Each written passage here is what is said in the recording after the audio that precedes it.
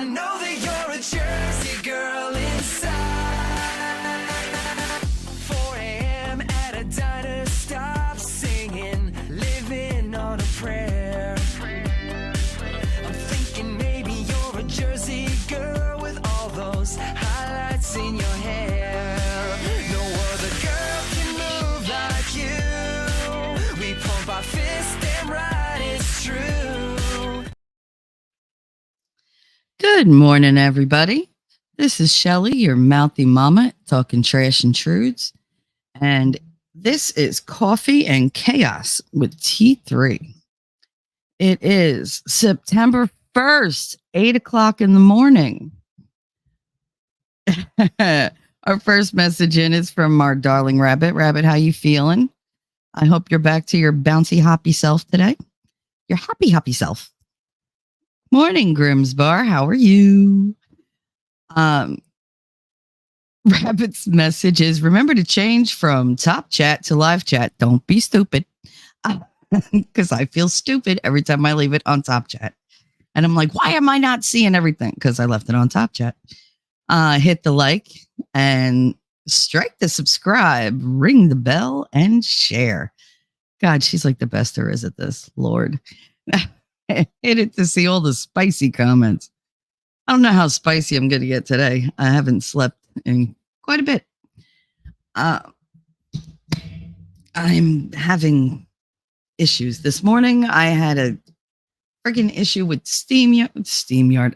I can't talk. With StreamYard, it didn't want to open, and then it wasn't loading the right thing, and I had to create a different thing, and I was like, oh, well. I also want to say that I did have, hi, Slap Murphy. Good morning. Good day. I did want to talk about self-care, but I really wanted Lady Autumn Sky to be here and, like be her normal self. But she has a sick child and, her little boy is having some stomach issues. And he's kept her up for quite a bit and she's tired. So if you guys could just send out some really good energy her way, I would appreciate it because you've all been there, either with a spouse, boyfriend, girlfriend, kid, pet, parent, sibling, one night stand. Somebody has been sick on your watch and how stressful it can be. So I'm glad you're good today, Rabbit. We were worried about you. I hope all the results come back okay. You're very special to us. I can't think of one person that I've ever come across that does not adore you.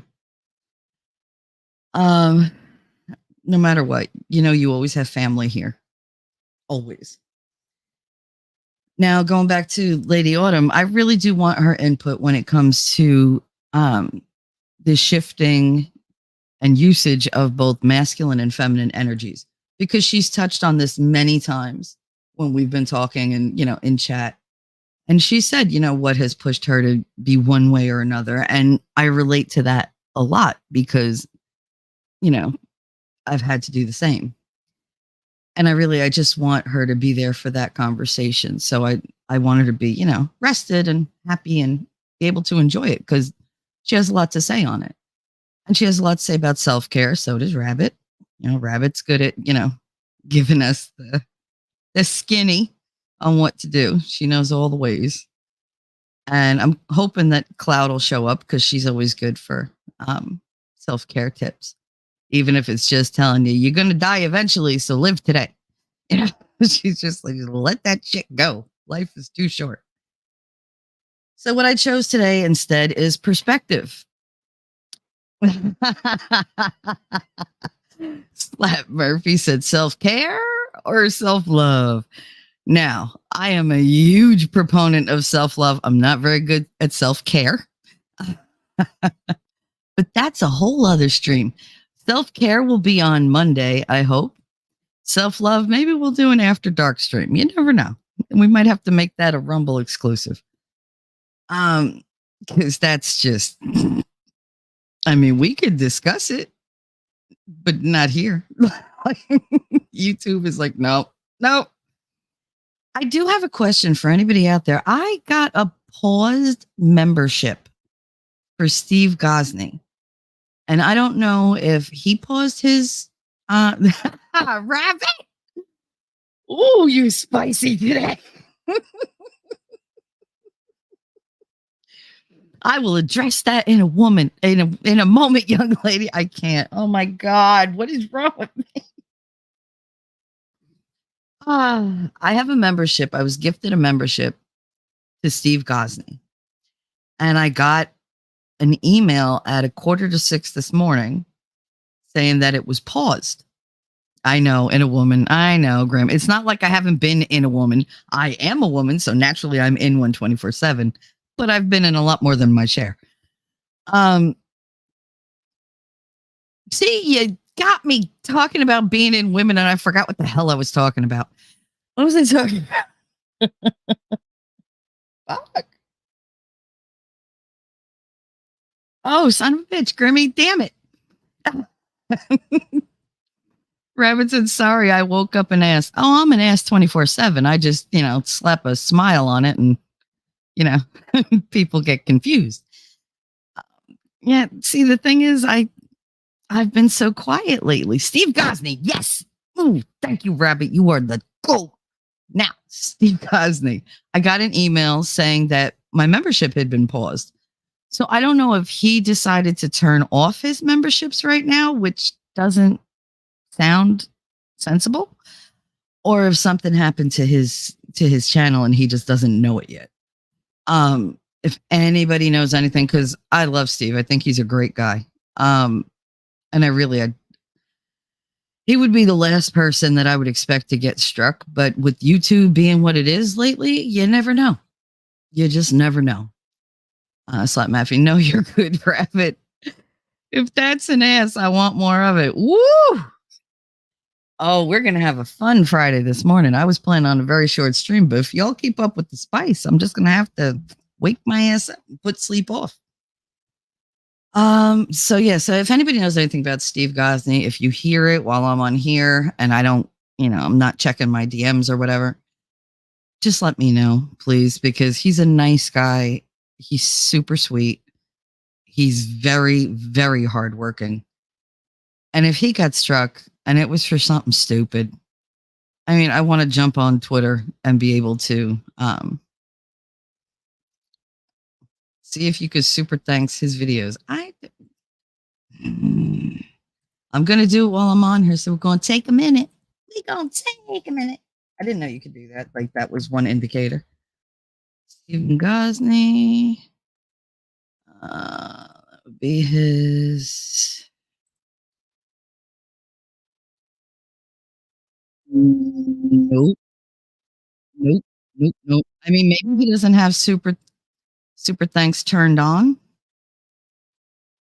But like the last thing he did was a live interview with Herman Lindsay, who wrongfully spent 3 years on Florida's death row. He did that one yesterday. So I can't do a super chat on his videos. And it was wrongfully um, wrongfully sentenced, like wrongfully convicted, wrongfully sentenced stream. So I don't know. You know how YouTube gets, you never know if it's going to spank you or not. And if they did it during the night, he probably doesn't know about it. But, it's alleged. I don't want to like stir up any kind of drama. I'm just wondering what happened to him because if we can help, I would like to. He's a good guy. He doesn't deserve getting struck for reporting the truth. I mean, honestly.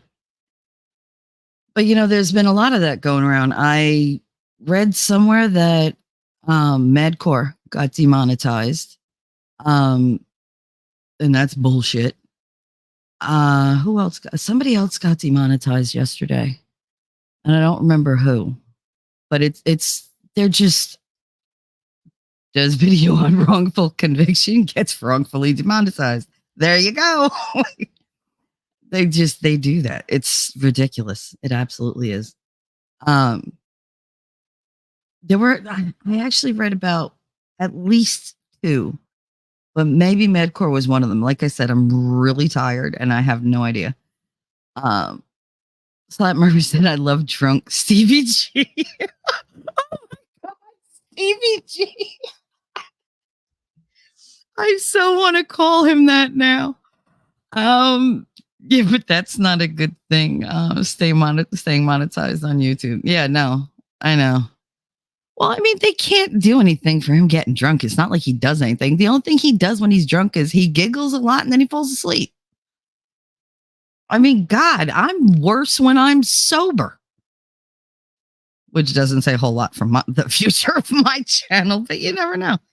Um, I don't like the whole striking bullshit. They demonetize for no reason. They strike for no reason. People get butt hurt. They strike other people for no reason. It's crap. It's absolute crap. And I feel like if I'm one for free speech, then I can't do those things. I'm not gonna strike somebody. I'm not gonna go after somebody's channel. I'm not gonna do all those things that, we know certain spiteful journalists like to do, but I'm not gonna do that. When the hell are you sober? I don't drink, so I'm always sober. And I'll have you know, I have not been smoking weed until very late at night so that I can go to bed. I've been good all day, every day, except yesterday, because yesterday I was stressed out. And that's fine. I just the end of the month and the rent and Social Security sucks because they don't answer the phone. And it's just like, it was just a lot yesterday. It was just because money is always an issue. Slap Murphy, I coined that, but he hasn't responded me calling him that yet. Well, you got to do it in a, you got to finesse him. Hi, Caitlin. I get his attention when I do the puppy fund. So I'll send $5 for the puppers and I'll send a bunch of hearts and, he gets real happy over that kind of stuff. What you could do is slip that in there, send him a $5 super chat next time and be like, hey, Stevie G, you my main man. Here's for the puppers, or make up something a lot cooler than that. I am tired and I am lame as shit. So it's like, whatever happened to if you don't like it, don't watch. I mean, no, if you don't like my stuff, don't watch, but I'm not going to ban anybody. And that's my thing. I hate when they do this. YouTube, we're adults. We can figure out what's good or bad. Stop being a freaking nanny state. It's ridiculous. I don't need to be babysat. My audience does not need to be babysat. There's not one of you, including lurkers, who would not tell me in my chat exactly what you friggin' think.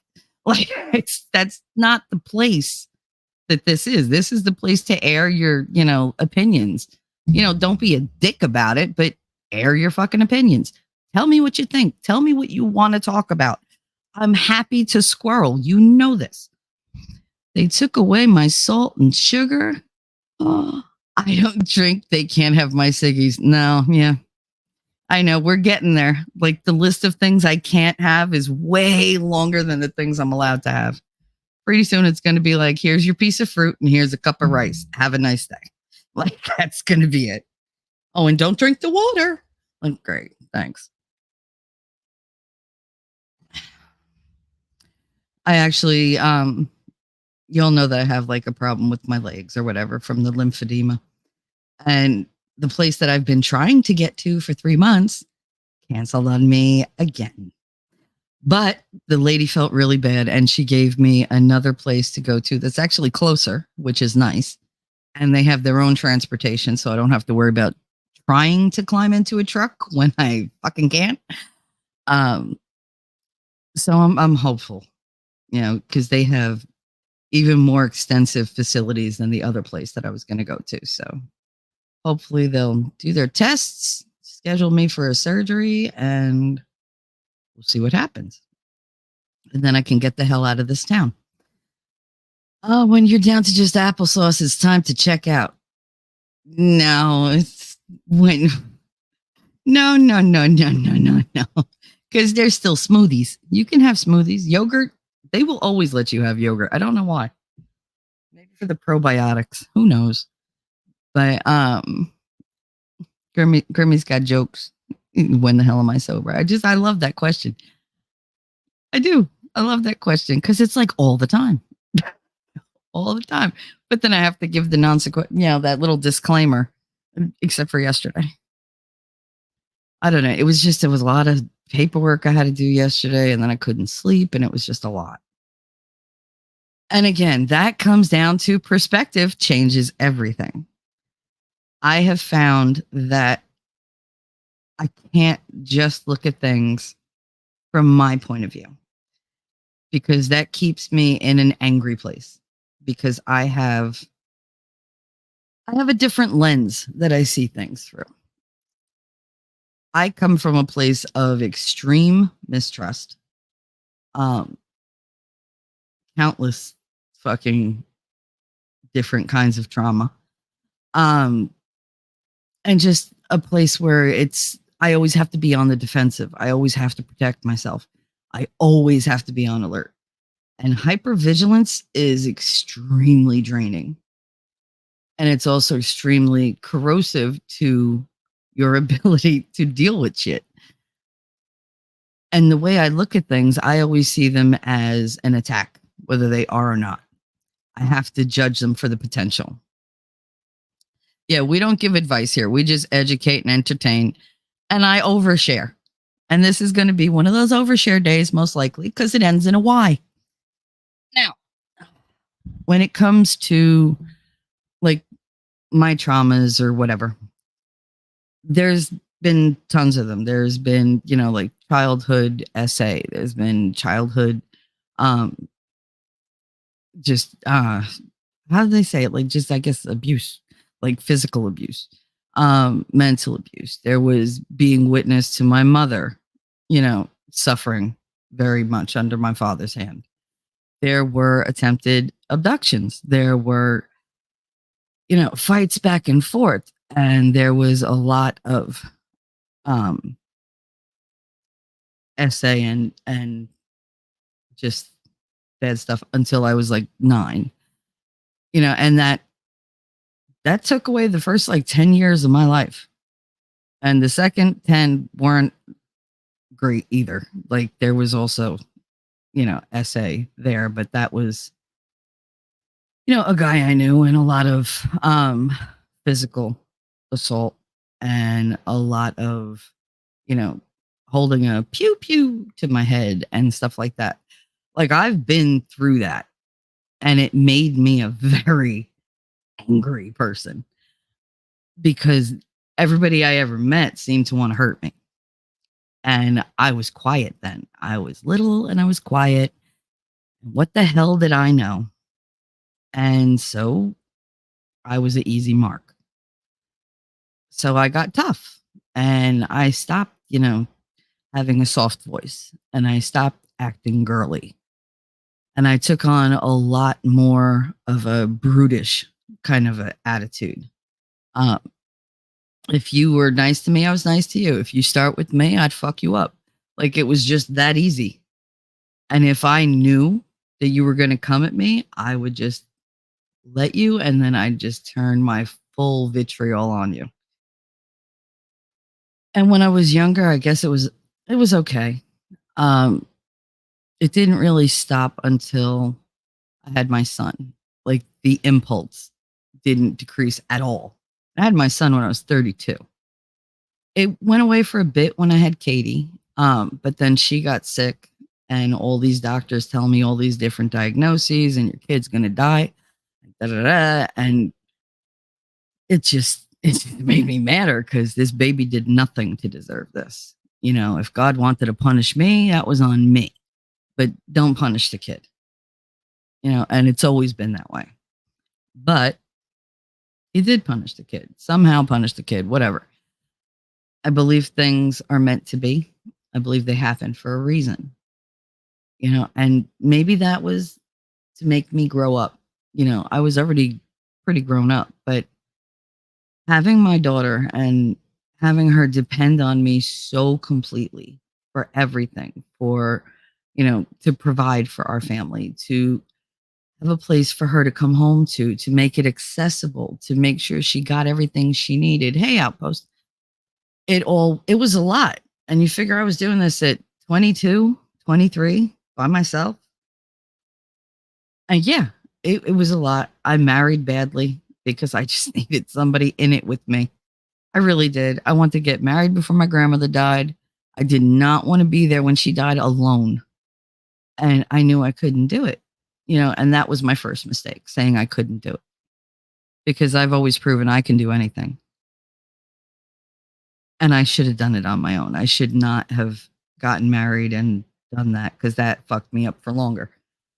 Uh, but it all changes my perspective. I see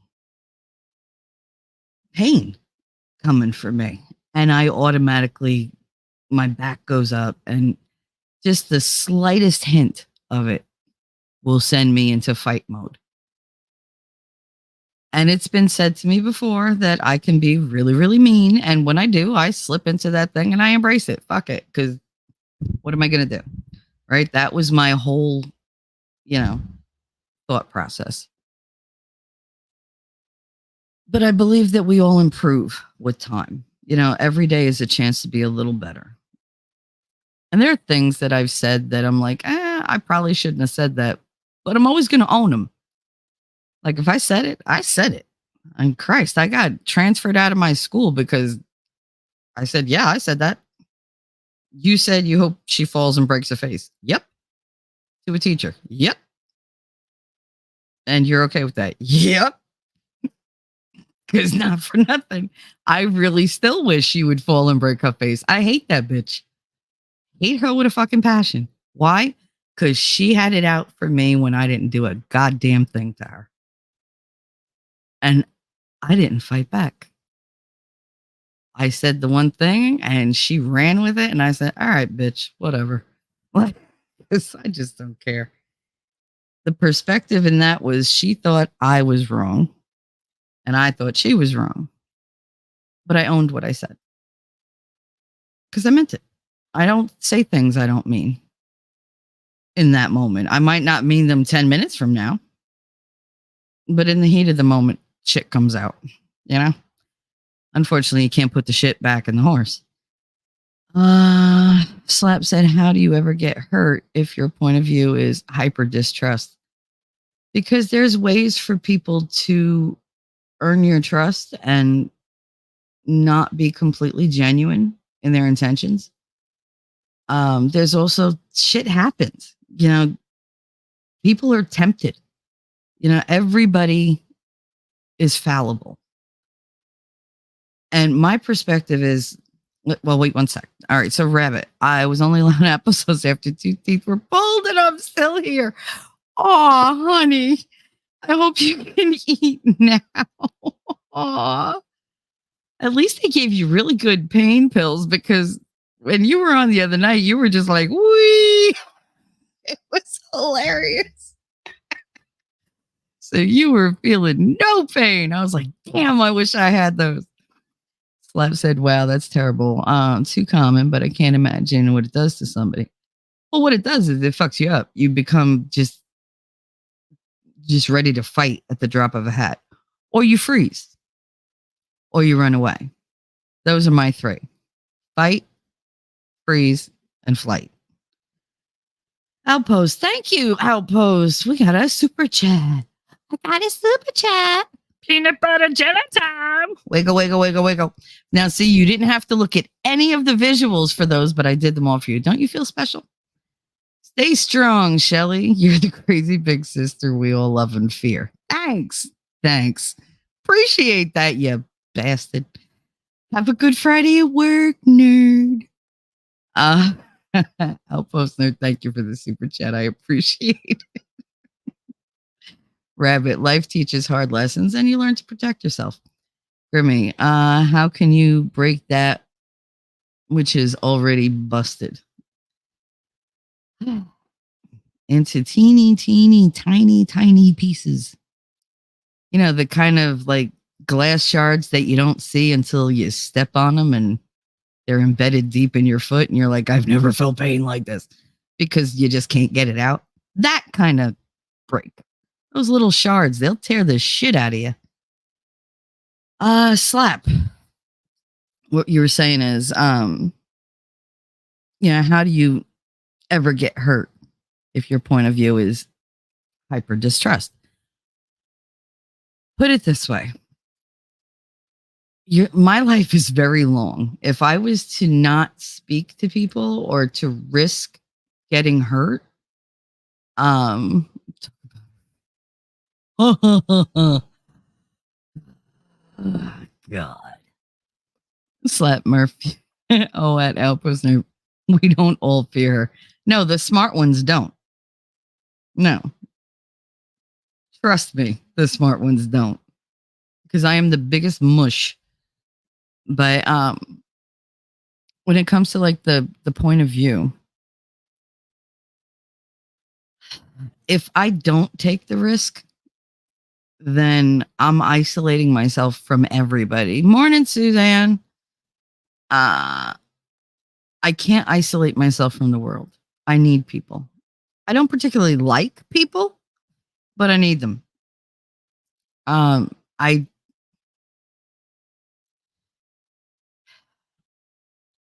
I have a tendency to, as soon as I feel like a connection with somebody, I will look for all the good in them. Because otherwise, my instinct tells me run as fast as you can, as hard as you can, slam every door behind you, and lock every lock. Don't let anybody near. And I do that, but I don't do it in a physical way. I put up emotional barriers. I put up wall after wall after wall. And sometimes I meet people who have the potential to be amazing people. And unfortunately, my perspective, in order for me to trust them or to get near to them or even give them a chance, I have to concentrate on the good. Because if I don't, I'm never going to get to know anybody. I'm never going to be able to be open to anybody. I'm never going to be able to help anybody. And that's unacceptable to me. It's unacceptable that people deep in my past could ever stand between me and somebody who might need help. I'm not going to let that happen. I am not going to let them crawl into my life, just the phantom of them. You're feral like a mofo. Ain't we all? Ain't we all? But I'm not going to let them creep in and, affect my relationship with my kids. I mean, to a point, I'm way too overprotective of my kids because of that. Because of the things that I've seen and, done and everything as a little kid. Things that still to this day make me sick. They make me sick. I will protect every kid I can from that. Starting with my own. Starting and ending with my own. It's 24/7 my own. But I will do that with other people's kids. That's part of why I became a teacher's aide when I started. And I wanted to be with the little ones because I knew they'd be safe with me. I knew I would never abuse them. I knew I would never compromise them or have anything with their best interest at heart. And I really think that the smaller the kid, the more they need somebody to advocate that for them, to fight for them, to make sure they're taken care of. And if I saw there was an issue and a teacher wouldn't address it, yeah, I told the parent, I don't care. Daisy said, oh, we'll you write me up. Go ahead, write me up. I want to see you write up a paper that says that this, and this happened to jeopardize this child's welfare. And you were going to sit on your ass and not say a fucking thing. Write it down. I'll sign it. Not a problem. It's funny. They never used to write it up. It's amazing. But I made sure that I was there, for the kids. That's what I was there for. If I saw a new aide, I kept my eye on them. We had a substitute teacher come in, this older man. He was like in his maybe mid 60s, which was already creepy. And he came into my classroom when I was an aide, and I was only there like a year. And he went, "Oh, come here, come here, come here," to like one of my smallest ones, which always sets off alarm bells. "I help you. I do your button up for you." And I was like, "Don't touch her." I was like, "Leave her. She knows how to close her coat." "No, I do it for her." I said, I'm telling you, don't touch her." Because he was very grabby with the kids. And I was just like, no. And I called the office and I said, "Do me a favor, come get this son of a bitch before I kill him. Because he keeps touching my kids. And if you send me another goddamn touchy feely, goddamn fucking piece of shit sub, I'm going to fucking kill somebody." And they were like, "Okay, Shell, no problem." Because don't fuck with my kids. Do not fuck with my kids. I mean, this guy, he had me so triggered, I could barely freaking speak. I was shaking and they just came and got him. He was like, "I don't want to leave." They're like, "No, you do. You do." Like, you want to go. Because he kept, "Oh, come here. Oh, you want to sit here?" And like pointing at his knee. "Bitch, I will hurt you. You will not make it out that door if you touch one of my kids." And that's just the end. I'll go to jail, but I'll go there giggling. I don't care. The kids are first. They are my priority. Their safety is my priority. When we have a lockdown, it's me between the front door and all of them shoved into a closet, huddled together like freaking, like they're dropping bombs somewhere. This is what the world has come to. I'm the one standing in that doorway ready to friggin' like throw myself in front of them because they're my responsibility. They're babies. They're just babies. I'm there to protect them. I'm there to teach them. I'm not there to change them, not change diapers. I mean, I'm definitely not doing that. Not in this day's friggin' social climate. Oh my God. I mean, we used to be able to potty train the kids for the parents. It was not a big deal. Now, forget it. I'm like, no, if that kid ain't potty trained, not in my class. Nope. Nope. I mean, now I don't have a class, but it's like, I could say that. I could say, no, I'm not comfortable with that. I don't care what the parent says. And I don't care. I don't care if they write it on a piece of paper. I don't care if everybody, the Pope and Jesus, come down and sign it. That parent could turn around and crucify me at any moment on bullshit. I'm not doing it. I'm not opening myself up to that type of risk. That is not an acceptable risk to me. You protect those who can't protect themselves. Well, that's what we do. That's what I hope the majority of people out there would do. And I like to believe they would. I don't care if I'm fighting with somebody. I don't care if somebody's going around doing whatever. I still think that they are going to do the right thing when it comes to kids. I think across the board, the majority of us understand that these little ones, they depend on us for protection. They depend on us for values, and they depend on us just to know they're loved. Those are the three most important things to me. Education, yes, that's very important. But if a kid doesn't feel secure, safe, and loved, as well as well nourished, they ain't learning shit. You know what they're learning? That humans suck. People suck, and they get angry. And they wind up like me. And I don't want that. I tell my kids all the time, I sacrificed my whole life once I had you. I gave up anything that, I really wanted. If you needed anything, you always came first. And I tried to be as honest and open with you as I could because I want you to have a better life. I don't want them to struggle the way I did. I don't want them to ever feel like they're just ruined from what, 3? 3 years old and you're garbage. Who thinks that? I can never let my kids think that. They are everything. They're everything that I believe in for the future. They're my hope. They keep me here. Because without them, I would have succumbed many, many times. That's my personality. This hurts too much. I can't. And then I look at them and I go, stop saying you can't. You don't have a choice, bitch. You brought them in. You got to raise them.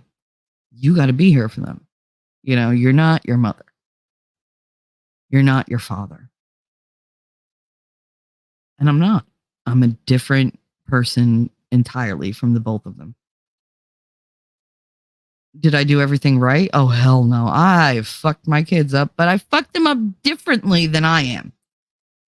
Theirs is much, easier to deal with. But I mean, they're good kids. Katie's always happy. She's always sweet. She's very polite. She's very conscientious, very considerate. Um, she's, young minded, which can get on my nerves a little bit because I look at her and I'm like, oh my God, you're 28. I just want to have an adult conversation with my grown daughter like I dreamed of doing it. And I can't. And it's just, oh, it's so frustrating. Um, she finds everything funny. So that's at least that's a boost. And my son, God, my son can drive me insane, but he is loving and he worries, about me, about his sister. He always says, oh, I don't want to live with my sister. I can't stand her. But then if something happens, he's like, oh my God, Katie. So he's full of shit too. He's 16 years old. He don't know what he feels. Um, but he's always polite. He's always respectful. He thinks he's being funny. Sometimes it comes off as rude, but he thinks it's a joke. And with the autism, I'm like, you didn't hit the mark on that one, dude. And we'll discuss why. But they're good kids. So I feel like I did a good job. Maybe I wasn't great. And maybe I'm not even a nice person. Maybe I'm a terrible person. Who knows? I don't know. Like I said, it depends on perspective. It depends on intention as well. And if somebody wants to say I'm an ogre or a demon or whatever the hell they want to call me, that's fine. I know I did okay by my kids. And if I'm a sucky person in every other place in my life, but I did okay with them, I'm going to call it a win. I'm going to call it a win because I was never important. They were, and they still are. So I've said, yeah, my daughter used to be upset at me for protecting her when she was small. She has a little girl now and has since apologized. They don't get it until they have that little, piece of them that they nurtured and that they would do anything for. And then they're just like, I'll destroy the world. And they're like, oh, where did that come from? You get a certain kind of backbone when it comes to, your kids. There's no battle that's too big when you're fighting for your kids. Outpost said, I'm just waiting for him to scream at another autistic kid. No. Don't lose this job, please. Sometimes you just got to, hold your tongue and wait it out. But I'm telling you, you should document it. Like I'd put it in my phone if I were you.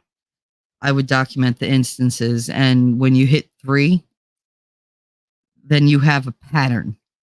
And you can go to somebody higher up and say, hey, I was just wondering, the kid going to go home and say this because this doesn't seem right. But you should really talk to your mother about that because down there she's been working with, as an aide for a while. She knows what the politics are in those schools. And trust me, that's important. Believe me, not just for you to keep your job, but to get somebody to actually listen to what you have to say. I had a teacher actually tell the kids during a lockdown drill to either run or fight. That's insane. What? You're getting to be the same way. Don't mess with my kids. Oh, yeah. You get to where you just see them every day and you can tell after a little while. You're like, what's the matter? You're a little off. What's going on? Did you eat? A lot of times I had so much food in my classroom because I would have, half my kids would come in, no breakfast. Well, what the hell? And then snack time come around, no snack. Lunchtime, no lunch. Is there food in their account? Nope. Is there money in their account for food? Nope. So I'd pay for their lunch. I'd give them a snack.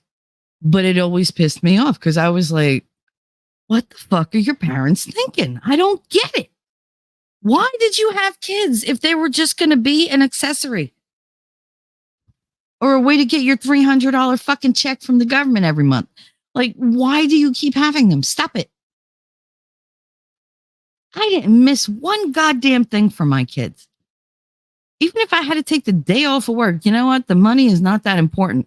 I can make more money. I can't redo this day. And I cried at every single one because whether they had, whether they were a tree stump, shit, I just ripped the damn thing out of my ear. Whether they were a tree stump sitting in the back left hand corner of the stage that could barely be seen, or if they were in front reciting fucking Beowulf, I didn't care. I was proud. And I would scream. And let me tell you something, I scream loud, like real loud, because I need them to know that I'm there. And you could always see my kids, they'd hear that certain wow, like real loud, and their heads would just whip and they'd be, Ma! And it's so happy. And that's what I live for them knowing I'm going to show up no matter what. And you're going to know I'm there, goddammit. And so is everybody else because I'm fucking proud. And I'll post notes. They don't do that anymore. Yeah, no. No, when I was a kid, we had to be potty trained before starting school, but that was in the 90s. Oh, I was potty trained by 11 months old. My mother couldn't afford the diapers. That was a matter of necessity. I mean, my grandfather used to come see my mother when my father was sleeping, because that's what you do all day when you don't work at all. You sleep. And that's what he would do. And until we started like working with the leather stuff, we had nothing. So my grandfather would come to see the baby. I'm just here to see the baby. And my mother would, go to change me, and there'd be a couple $100 bills shoved into my pajamas. And sorry. She'd go to make coffee, and there's a couple $100 in the coffee pot for formula, stuff like that. And he did that just to make sure that basically I didn't die of starvation as a child because my father spent all his money on drugs. So it's like, okay, like whatever. My mother didn't do drugs, like ever. Well, she does them now. I give her weed because she's not good at calming her mind anymore at night. She's lost her mom. She lost all her older aunts and uncles, and it's just her and her brother and me and her husband and my kids. That's it. And she's feeling it. She's going to be 81 in November, and she's feeling it. And I just want to get the fuck out of this town, get her to a nice countryside where she can relax and just enjoy the rest of her life. Go hunting if she wants to, go fishing whenever she wants to. I want her to be close by me so we can see each other and spend some time together. She drives me crazy, but that's my mom. You're never going to, well, maybe some people do. I don't. I only have my mom. No matter what she does, I'm always going to forgive her. It doesn't matter the things she's done. It doesn't matter the things she failed to do. My perspective growing up, I was angry. Why didn't she protect me? Why didn't she stop my father? Everybody knew. Nobody wanted to say anything because if you don't say it, it's not real. That was the whole, thought process there. And it's bullshit, just to let you know. It's still happening, just nobody's stopping it. But she's my mom. What am I going to do? My perspective now is different than it was then. I know I don't have that much time with her. I know there's stories I want to hear her say again. Have I heard them before? Sure. But I want that memory. I want that. I need it. I'm never going to get that approval from her. I'm never going to get that motherly love. I am never going to get any kind of acceptance for who I am. That's the way she sees me. I don't see her that way. I don't see that she tried. I know she didn't because I just know she wasn't interested. But she's not a bad person. She just wasn't a good mother. She wasn't made that way. Maybe she's a little, self centered. Okay. Maybe she makes everything about her. Okay. Yeah. Too. I've been told I do that too sometimes. But thing is, I do things for other people. She doesn't. She isolates herself even more. That's where we're very different. Um, Kids needed to be housebroken before school. Yep. That's a good way of putting it. I think there's special needs kids too, or am I wrong? No, yeah, no, it's in my town in kindergarten. You hope that they're potty trained by the time they reach you. That's why we have pre-K 3 and pre-K 4, because in pre-K 3, they're allowed to help with the potty training. Pre-K 4, they're allowed to help with the potty training because it's a different system. It's not considered elementary early education. It's just considered, preschool. And in preschool, they're still learning fundamental movements, fundamental abilities. They're trying to become more autonomous. So that's what you do. You promote autonomy, but you do it by, living through examples. So you show them, you tell them what you're going to do. And of course, this is approved by the parents way before. But you tell them what you're going to do, you talk them through it, you make sure they're paying attention. And then in a couple times, they usually get the hang of it. And then you let them practice, but you're nearby if they have a question or if they need help or whatever. And they do that for like the first year. My friend Zuma is amazing at potty training kids. Like literally in a week, boom, she's done. Like she's got them all done. And I'm like, girl, she has that talent. I have the talent of figuring out what causes meltdowns in these kids that don't talk, because I observe them and I see the different things, and I like puzzles. My brain works it out and I'm like, oh, I get it. And we try it and it usually works. I'm not usually wrong when it comes to special needs kids with their triggers. If you watch them, you can, you figure out what they like, what they respond to, what they don't respond to. I want to do I won't do boldly fluids of any kind. All right. Then don't do that. I'm pretty sure you wanted to say, I won't do bodily fluids of any kind. I work with special needs kids. I do the same job that Shelly is talking about, but with sixth graders. Yeah. You have 3, right? You said 25, 5-year-old. It's the same job, but it equals out because sixth graders are dicks. They're really moody and they really, really think they're funny when they're not. They're just being rude. So they need a lot more redirection and all that kind of stuff. Suzanne said, nowadays teachers suck. The school system sucks. Children are not safe in school anymore. That's why I homeschool. Yeah, I don't blame you one bit either.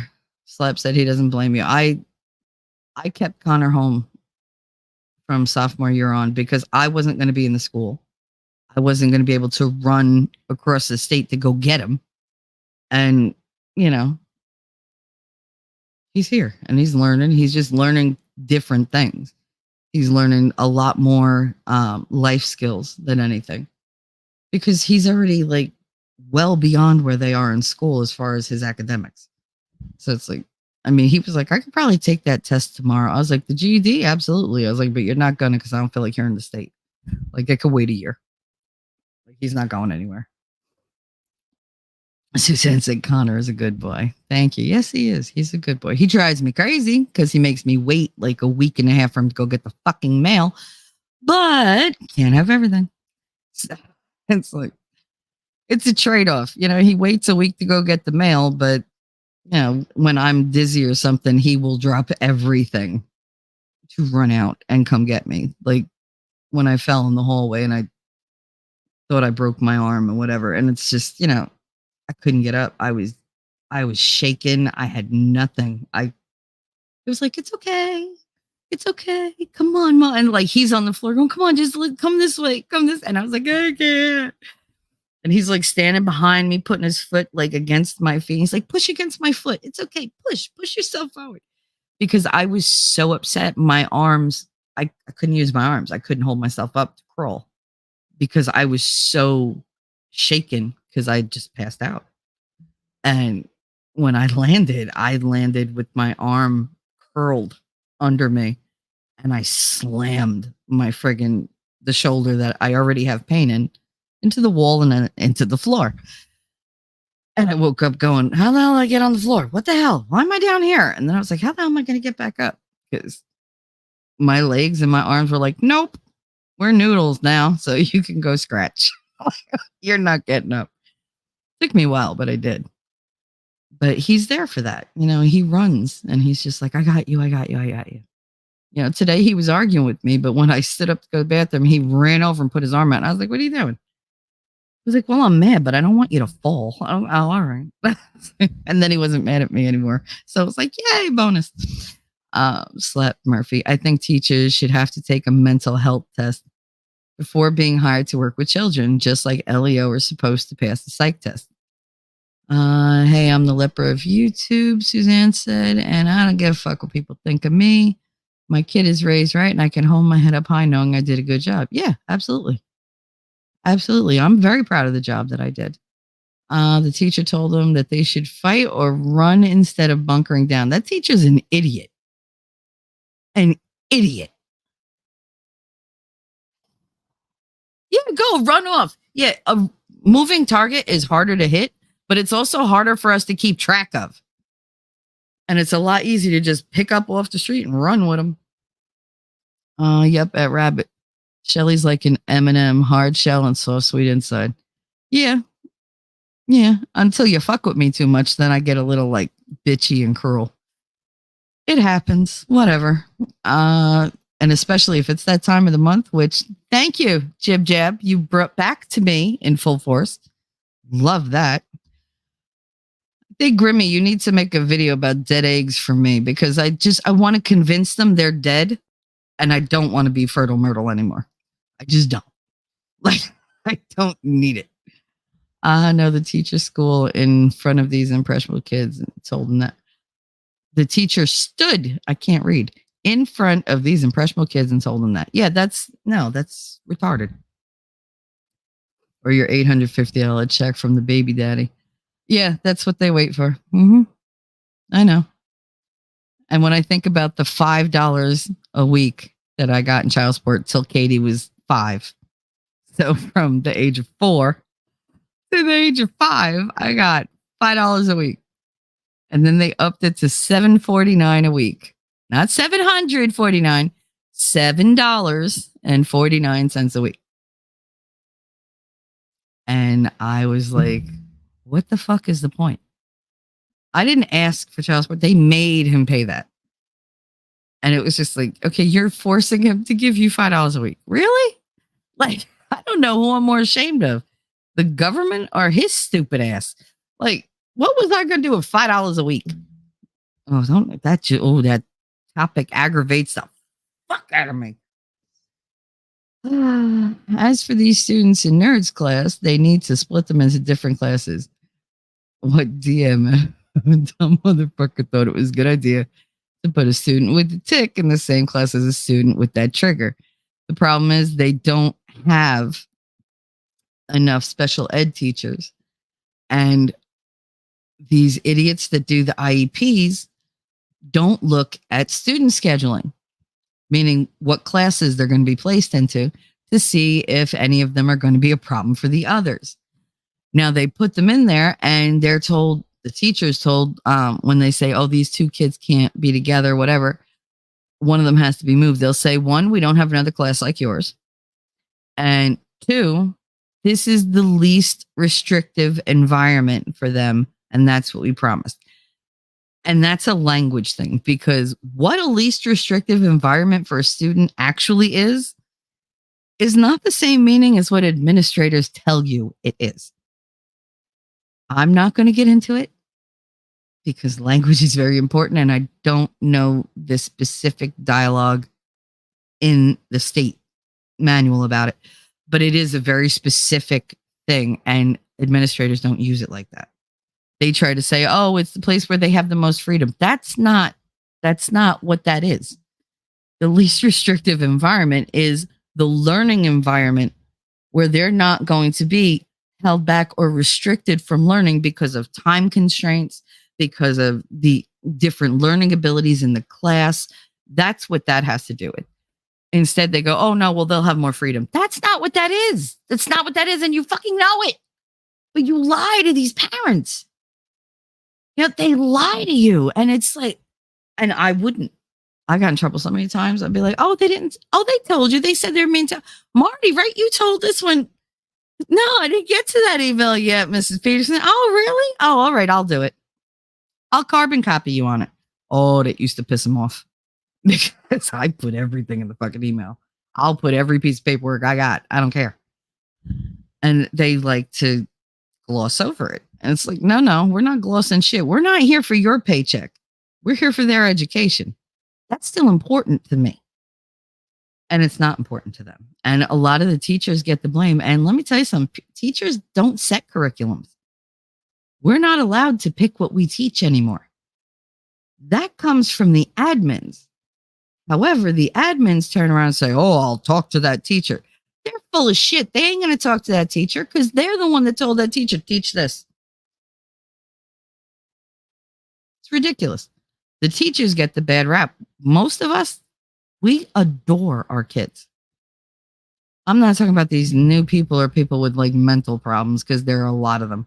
A lot of them have substance abuse problems. We have drunks, buku drunks in our schools. And they go to school drunk. They don't give a fuck. Hell, I had my mother's typing teacher was also the typing teacher when I went to high school. She was still there and she was very old. She's still alive, actually. I saw her last year in ShopRite. And she used to keep a big ass bottle of liquor in the drawer right next to her stool where she did nothing because it was a typing class. She used to put the towel over the typewriter, put the exercise in front of them and say, God. All the boys passed her test. All the boys passed our class. Girls, ooh, she was mean. She was mean. I didn't take her class, though. I used to walk my friends, so I had to take freaking calculus next door. As for the student, so yeah, I mean, they know that there's a kid with the trigger. They know that there's a kid with the tick. They know all that stuff. They don't care. They don't care. They're going to shove those kids together. Oh, it's only for a year. You can deal for a year. Meanwhile, you're at like 180 days and you're counting down each and every fucking one. It's like, oh, God, I have 179 days left. And you're already like waiting for the gift cards to come in so that you could go to the liquor store and spend it all. That's just how it is. I potty trained my daughter over a weekend when she was 2.5 years old. Nice slap. Nice. Oh, you have 8? Nice. That's a nice little classroom. In Florida, you can only have 4 kids per adult.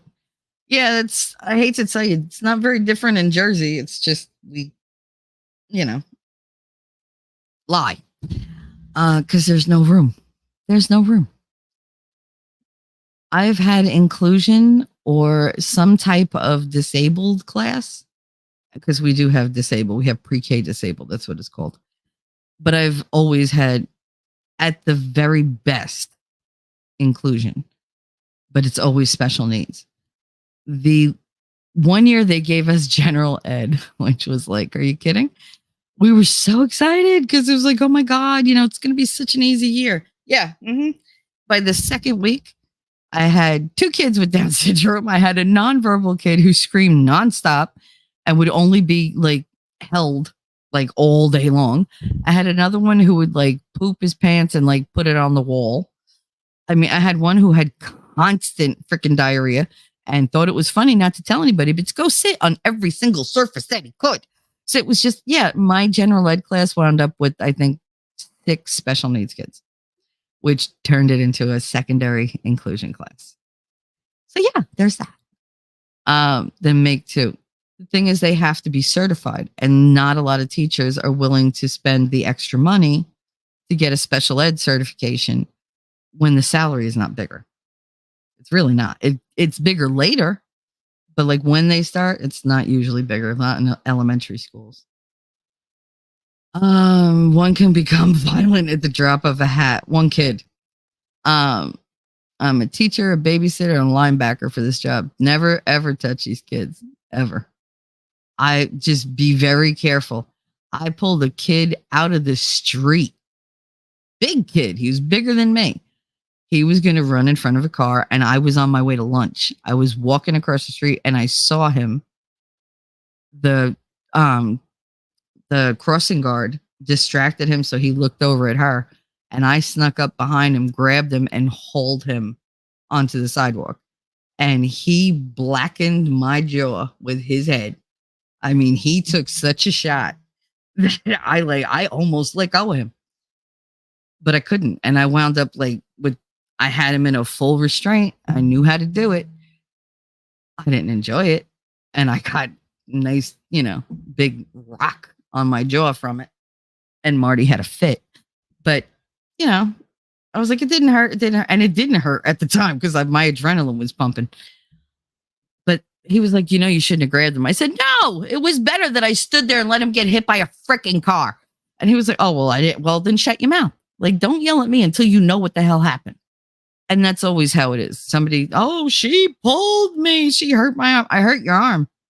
I hurt your arm because you freaking fought me the whole goddamn time. And then we were both going to get hit by the car. No. Like, because around here, cars don't stop. They'll just hit you and keep going. They don't give a fuck. Failure of the parents to socialize that child before the age of 4.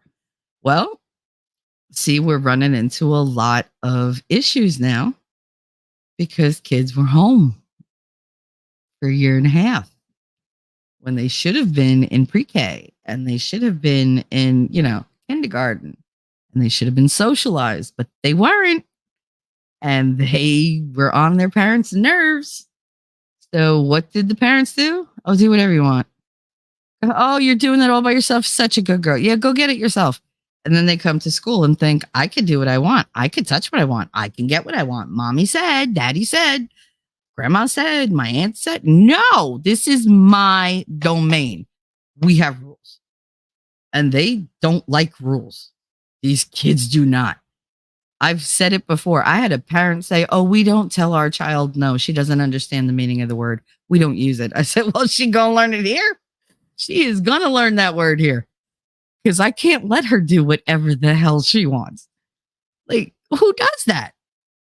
Do I give in to my kids a lot? Yep. Because there's only so many fights I want to do in a day. And if it doesn't matter in the long end, why would I say no?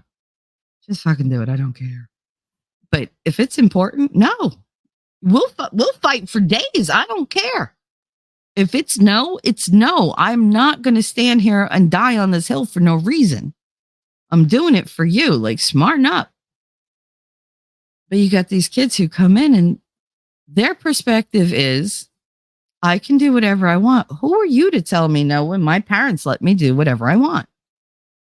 It's very hard to convince a child, I'm the authority here. Your parents aren't here. You have to do what I tell you to do. I'll give you a reason because this is the way the protocol goes. This is the way the principal said we have to do it. You have to do what everybody else does and pay attention to calendar or whatever. You can't just run in the hall. You can't just touch whatever lights you want. And these kids are obnoxious sometimes about it. And I have to sit them down and say, no, listen, I know you're a good girl. I know you're a good boy. But in this classroom, things are different than they are at home. And I hate that I have to say that because they shouldn't be different. These kids should be listening to their parents, but they're not. I have kids in, 5, 6 years old telling their parents, go to hell. I'm not doing that. Well, you have to eat this. No, I don't. Well, what are we going to do? You're going to buy me something else. Well, what do you want? Bitch. Oh, no. Sit that child down because I guarantee if he's in my classroom, he's going to sit and eat that fucking lunch. Guarantee it because I don't provide another option. That's it. That's the be all end all. This is your lunch. Enjoy. If you want something else to drink, I'm more than happy to give you a juice instead of milk. That's fine. But you're eating that lunch. Oh, go get me pizza. I had a kid tell me that. Can you go to the corner and get me pizza? My mom said you would. I said, well, your mom was wrong. I was thinking, I'm going to have a talk with your mom after school. She really thought I was just going to run out to the pizza. Yeah, I'm just going to leave 25 kids behind. Go run out to a pizzeria and go get pizza. Sure, no problem. Fuck out of here.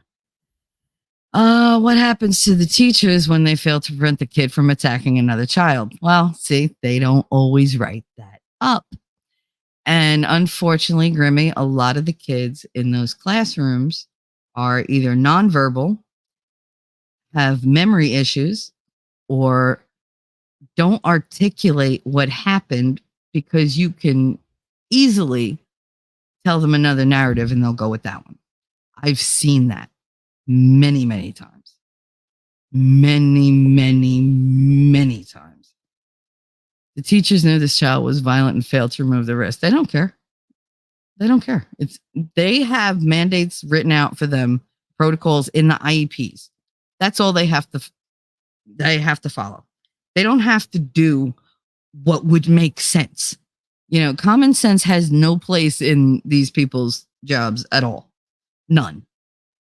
I mean, if you have a violent kid, what's the thing you're going to give them? Are you going to give them a basket full of stress balls? No. Why? Because they're going to throw them at everybody. Oh, but they need fidgets. No, they don't. No, they don't. You know what? We had fidget spinners when we were in class. You know what it was? Hair. You take the hair that's on your head and you twirl and you twirl and you twirl. Or you take your pencil and you bounce it. Or you take your foot and you bounce that. You don't need extra accessories. Everything you have to fidget is well within your reach naturally. I had kids who used to they used to do the thing where they rotate their thumbs around each other they link their hands and the thumbs go round and round and round and round and round and round. They would do that all day long. I'd rather them do that than hear that with the fucking fidget spinner. I don't want to play with it. No, don't bring toys to my classroom. Don't do it. Because it's not going to be a fidget spinner for you. It's going to be a distraction. It's not going to help you focus. You're going to be focused on the toy. It's bullshit. I'm sorry. That's a rant that I make at least once a year. It's so frustrating. We need to get back. That's even worse, Grim said. I know. I honestly think I got this job because no one else wanted it, Nerd said. Oh, that's how I wound up doing it when I was pregnant with Connor. They asked me to come in and take care of a kid that was nonverbal. He shit his pants. He was a runner and he was a hitter and a biter. And I was 4 months pregnant. And I was like, are you kidding? What the fuck? I did it. And when I left, I was very heavily pregnant. But the kid didn't really run away anymore because I had trained him to walk next to me and always hold on to my pocket or my lanyard or something. He could say his ABCs. Turns out he knew them. They just didn't bother to teach them and go over them with him. And he really liked linear objects. So I drew lines and I attached magnetic blocks underneath, and he would write, the alphabet. He would write one letter above each block. And I could move the block up and say, okay, what's missing? And he would tell me what was missing. So he learned his alphabet like that. He was a good kid. I couldn't potty train him. I mean, I wiped him and whatever, but his was more of a medical issue. But nobody wanted him because they're like, I'm not changing anybody. He hits. But he never hit me.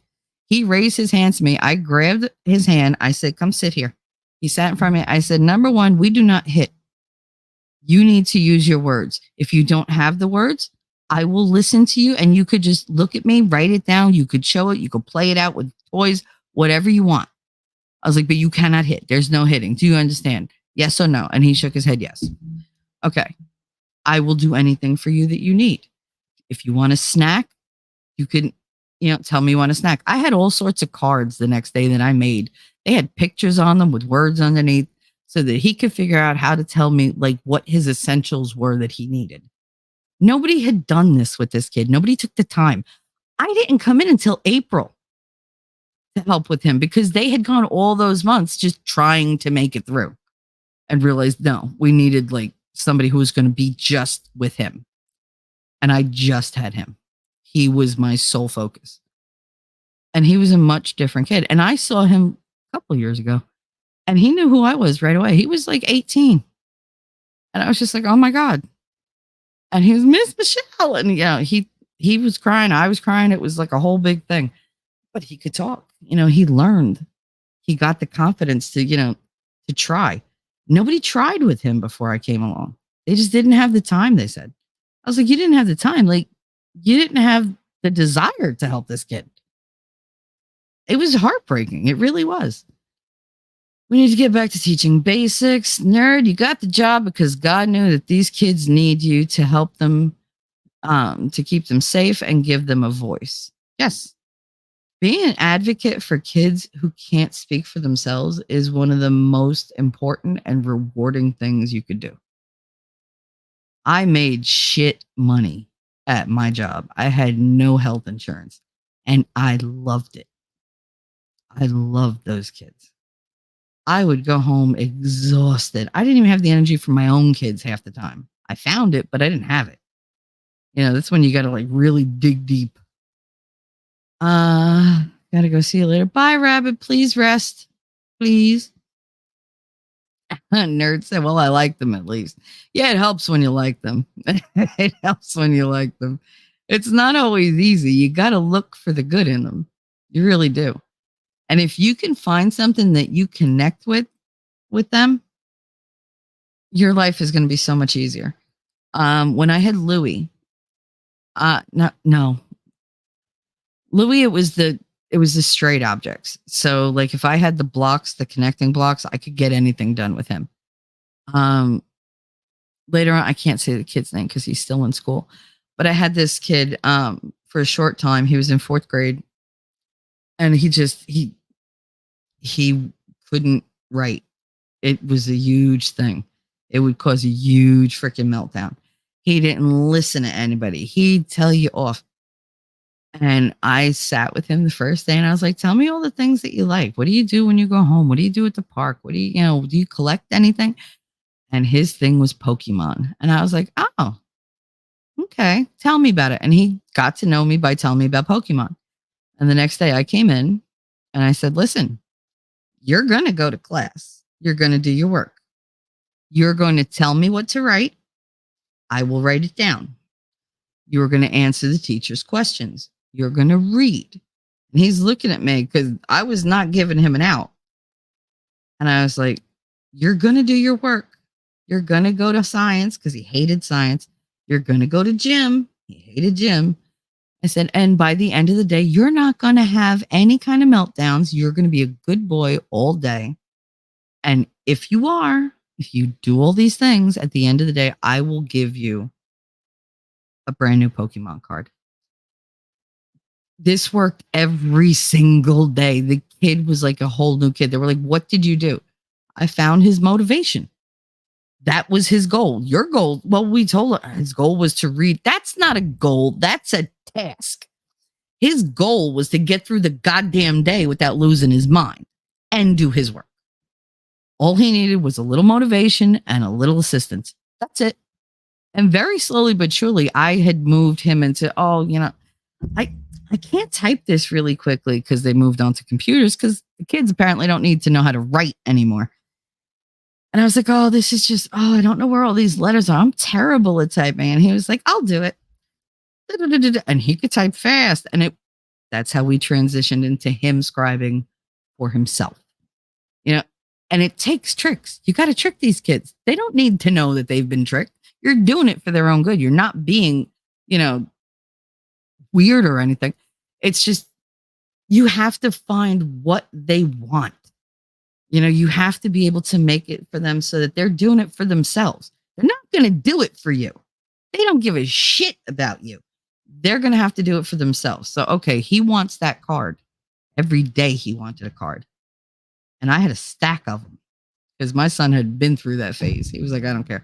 And they weren't like valuable cards. They were dime a dozen. But the kid thought, what the fuck I gave him? Because at home he wasn't getting anything either.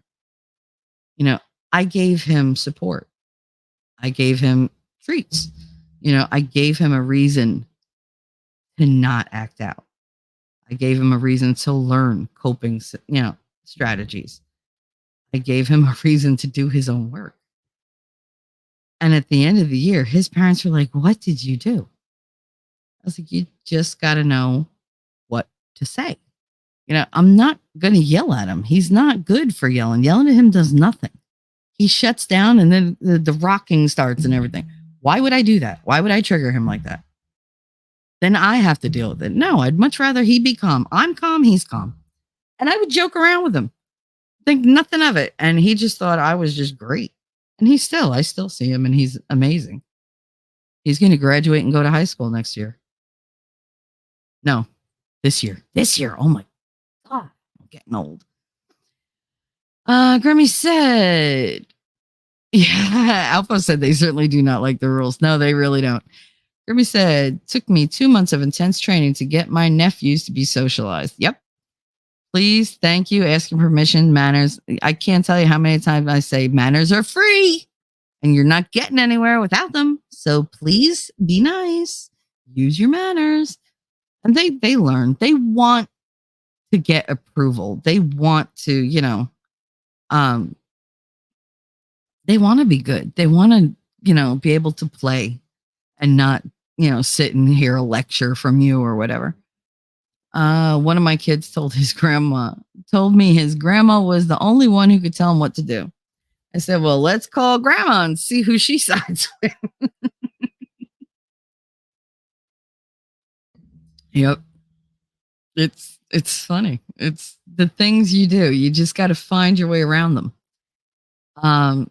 Grimm's bar. Oh man, would have to sit the kids down, tell them what was going to happen for the day. And if they would push back, I would give them an alternative that was worse. Yep.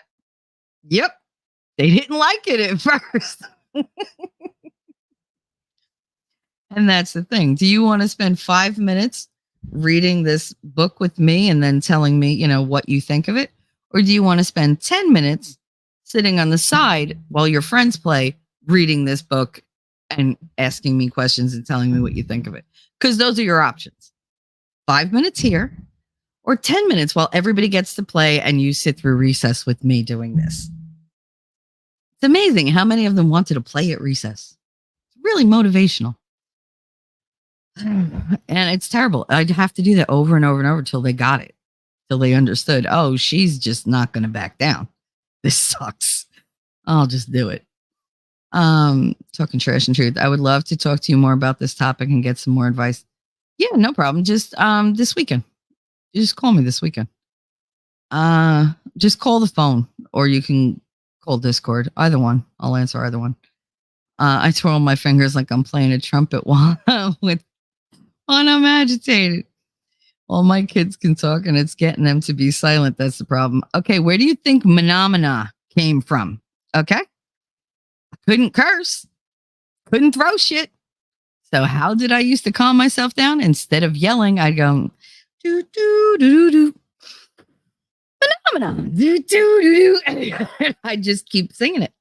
And if Marty heard me, he'd come in and go, yeah, right? Phenomena. He'd be like, why don't you take a walk? I'll be here for like 5 minutes. Okay. I'll be walking down the hallway, phenomena. And they all knew. They all knew that meant I got hit with something or somebody puked somewhere they weren't supposed to, or an aide was like being a complete twat. Like that was my coping mechanism. That's where that song came from. Me using that song. That's my stress song. Grimmy said after a while they agreed with the game plans. Yep, such a struggle. Then mother-in-law, yeah, filled their heads with crap. She enjoyed causing issues. They always do. It's a weird perverted power play. Isn't mania great? Yeah. Oh yeah. I know. Believe me, I had more problems with the adults than I ever had with the kids. The kids would do something. If I told them, okay, that's not the correct thing. That's not an acceptable option. Like you need to make better choices. You need to use your words. You need to like stop with the feeling, take a breath. Tell me about the feeling. Don't show me. Tell me. That's a huge difference with little kids because they don't know how to articulate it. So they just break down. And if you tell them, you say, look, you're showing me how you feel. I don't understand that. I need you to tell me calmly how you feel and why. Can you do that? Almost 9 times out of 10, they'll say, yes, yeah. And they'll start to like, you get the, that first shaky speech. And then they're like, well, and they'll just tell you everything. But I don't know. For some reason, they act it out first because that's their instinct. And in order to get them to stop doing that, you have to say, look, I don't understand what you're doing. I need you to help me and use words. That will tell me what I need. And they figure that out. They're like, oh, that makes sense to them. To the parents, they're like, oh, no, you're asking for too much. No, these kids are capable of so much more than you parents think they are. They're smart kids and they learn from each other. That's my goal here, to teach them how to look at other kids and go, you know what? That's a good behavior. I should try doing that. Oh, that kid did that and he got in trouble. I shouldn't do that. And then you have the kids that want attention who only model bad behaviors or follow bad behaviors and then escalate them, which is always fun. I told you I've had my hair cut off. I've been stabbed. I've been stapled. I've been hit with chairs.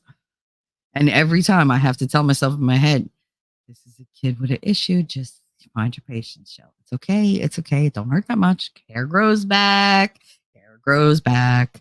Yeah. It's just like, if you blow up at this kid, they're going to remember it the rest of their life. Do not do this to this kid. You were this kid. Don't do this to this kid. I never stabbed anybody when I was little. When I was adult, that's a whole different story. But again, never unprovoked. But as a kid, like, I was very quiet. I sat there and I colored when they told me to. I wrote what they told me to. I was super smart. They separated me from the class all the time. Just gave me a textbook and said, work ahead. And so I was teaching myself. But there were things I didn't know. There were things I didn't know how to do. And I would be real quiet and I'd shut down. I'd get sick. I'd get physically sick from my nerves. Nobody took the time to figure out what was causing it. They just yell at me and tell me, go back to class or go back to school or you can't do that. I know what it's like to have nobody listen to you. Nobody to say something to say, look, this bothers me at this time of day. I don't know why I have this feeling at this time of day, but this is how I feel right before I start crying. They'll tell you. And you can figure out, okay, when was the last time they ate? Are they holding it to go to the bathroom too long and it's making them more anxious? Do they need a snack? Do they need a break from the plan? Do they need a stretch? What do they need? And you can, trial and error if you can't figure it out. Trial and error, and you will see the pattern break. But unless you're looking at this kid and going, you know what, we need a solution for you. You're a solution waiting to happen. That's what I used to think about all the kids, and I still do. You're a solution waiting to happen. I can't look at you as a problem. I have to look at you as, how can I get you to a better place? And the administrator is looking at that kid as, how can I get that kid to shut up and sit down in case parents walk past? That's his concern. His concern is the aesthetic, and mine is the well-being. I don't want this kid to be broken because of me. I want to help him. I don't want to hurt him. Now, the administrator doesn't want to hurt them either, but he's not in that class. He doesn't have connections with any of these kids. So the care isn't there. He's purely upper management or, middle management at best. And they're notorious for being stupid. They make stupid decisions based on stupid things, and they get it all wrong, and they don't listen to anybody. And that's what I worked with. Luckily, I'm a little intimidating, and I've known him all my life. So he left me to fuck alone. And I ran my class the way I wanted to. Even as an aide, I ran the class the way I wanted to. Because I got shit done. I made differences with kids because I know how hard it is to go through school afraid.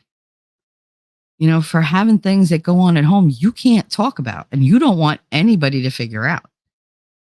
I had kids who came to school that their shoes didn't fit. And I'm not talking one or two sizes. I'm talking 4 or 5 sizes too small with the toes all curled up and their feet in an arch. And if I brought it to the principal, he's like, well, that's not enough to call DIFUS, CPS. Okay. Just go buy the kid's shoes. He'd go home with new shoes. The parents would never say a fucking word. You know why? They didn't notice. They didn't notice that they didn't fit and they didn't notice when they got new shoes.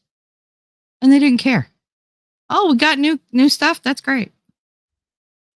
Grimmy, I miss those kids. I know. Because you give them, so much of yourself, they become a part of you, whether you want them to or not. You love them. You want them to succeed. You don't want them to suffer at the hands of somebody who should be, by all rights, giving them all the love in the world that they need, all the care in the world that they need. You see it through that lens. Again, it's from perspective. The mother could look at them and say her perspective is, I just got to keep them alive. I just got to keep them alive day to day. You'd be amazed how many parents follow that little model of thinking. Those are not parents. Those are just baby factories. But I know them. I've known a lot of them. I was friends with a lot of them. Was being the operative word. There's certain things I can't put up with. And that's one of them. You don't do right by your kids. I can't have a part in your life. I can't know you. I can't even look at you. Because that will make me very violent. I get very violent when in defense of kids. Because they can't do it. And all that old trauma that, it bubbles up. And I start to empathize with them. And I start to relate to them. And then I get uber protective. And that's not good either. Because there's a time and a place and a boundary. But if you're going to be, not taking care of your kid and nobody around me is willing to help, I'm going to step up. I've done it many times. I can't tell you how many kids. I have put shoes on kids' feet. I have bought them backpacks. I've gotten them school supplies. Mind you, I didn't make a lot of money as an aide. I made about 18 a year. And I had 2 kids of my own. But somehow I always found the money. If I had to not buy cigarettes that day, oh well. I'll be all right. Pick up a thing of gum. Or I'd chew on straws. I'd drive my kids insane, but I had to do what I had to do. I used to collect clothes and keep them in my classroom for kids that had accidents and for kids who just their clothes were too threadbare. I had kids come to school with giant holes in their clothes and they'd be freezing. And I'd be like, oh, how about you want this sweatshirt? She can keep the shirt, but I'm putting the sweatshirt on over it. And I did that many, many times because I knew what it was to go without. I knew what it was like to be cold. I knew what it was like to be neglected. And somebody was going to love these kids. Even if I could only do it for a couple hours a day, I wanted them to know that they deserved to be loved. So the parents' perspective is, well, they're alive. Okay. So you feel you've done your job. Yep. Asshole. But okay. That's not my perspective. My perspective is this kid needs to eat. They need a bath. They need something. What can I do? What is appropriate for me to do? And if the line is here, I just go a little bit over and make sure they had what they had. But I never did it in such a in your face kind of way. The parents rarely noticed that I did anything. And I wasn't going to tell them. Because if I did that one year and they took the stuff away and gave it to their other kid that I didn't know that was in like a higher grade. I was like, but why would you do that? Well, he's my firstborn. I don't give a fuck. Like, what the hell? I just, so many times it was like the my vice principal, Charles, he was very good at like, oh, Miss Peterson, let's go. And he's just like pull me back. And I've been, Charles, be like, Shelly, please don't just keep walking. Just keep walking. I know you want to hurt them. Just keep walking. Like, God damn it. I go in his office and he closed the door and he go ahead. And I just, because his office was all the way in the back. Nobody could hear me. And you feel better? Yes. Are you going to hit anybody? No. Okay, go. You can go back. Thank you. Because even I needed a timeout sometimes because these parents will push me to it. Just the sheer obnoxious, pompous entitlement that I used to come across. And then there was just the lazy, just can't be bothered to parent at all. And it just drove me crazy because they're like, this kid never sits down. He never does.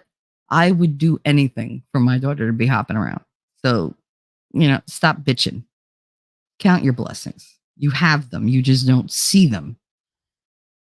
Suzanne said, T3, Harlem had a meltdown yesterday. Oh my God, first time in years he broke his cell phone. And I told him this was his last phone. He calmed down when I found a place to repair all of his phones. Harlem has a jam card, and it's a plastic card that explains that he has autism and just needs a minute to calm down. He hands the card to whatever adult is trying to stress him out. I like how you put that. And he needs a moment to just process things.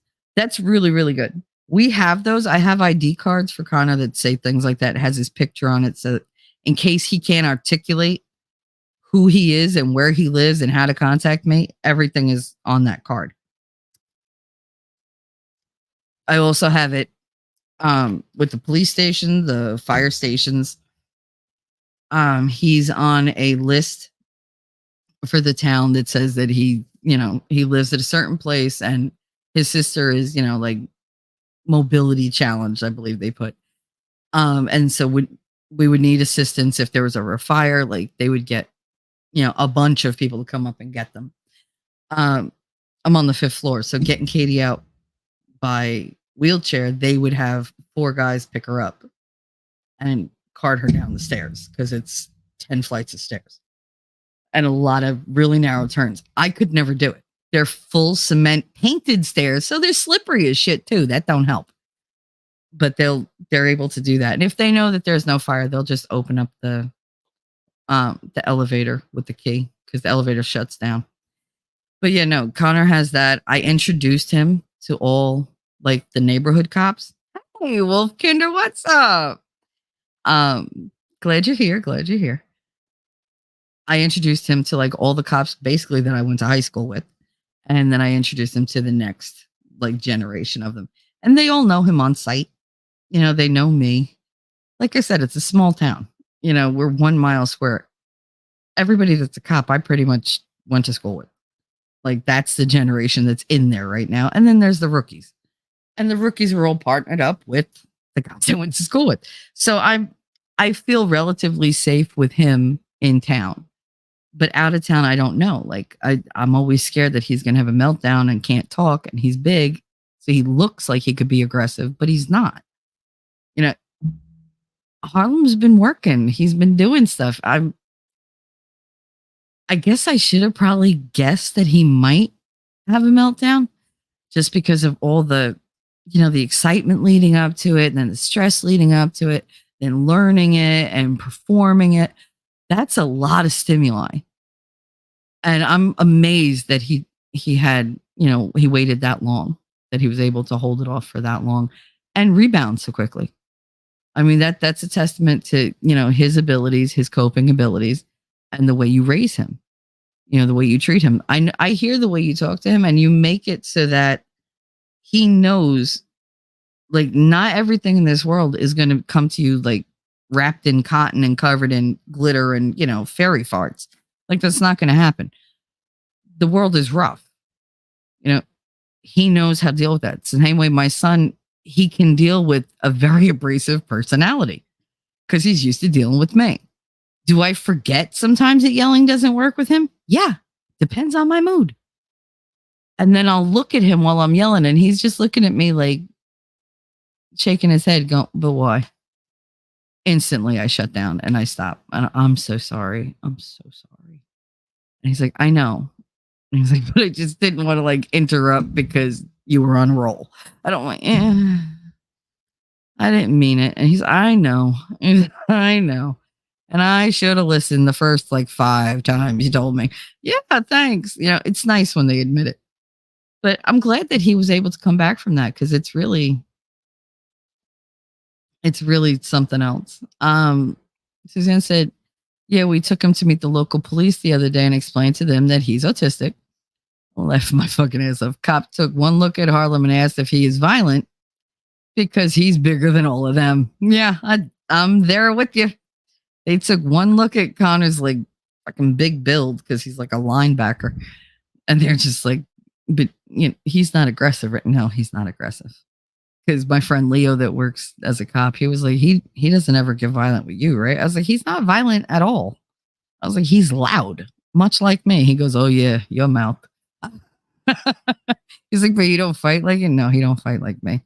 He's not little Mister Fight likes to fight. That was me. Little Miss likes to fight. I was like, whatever. Like I said, I had a lot of anger issues.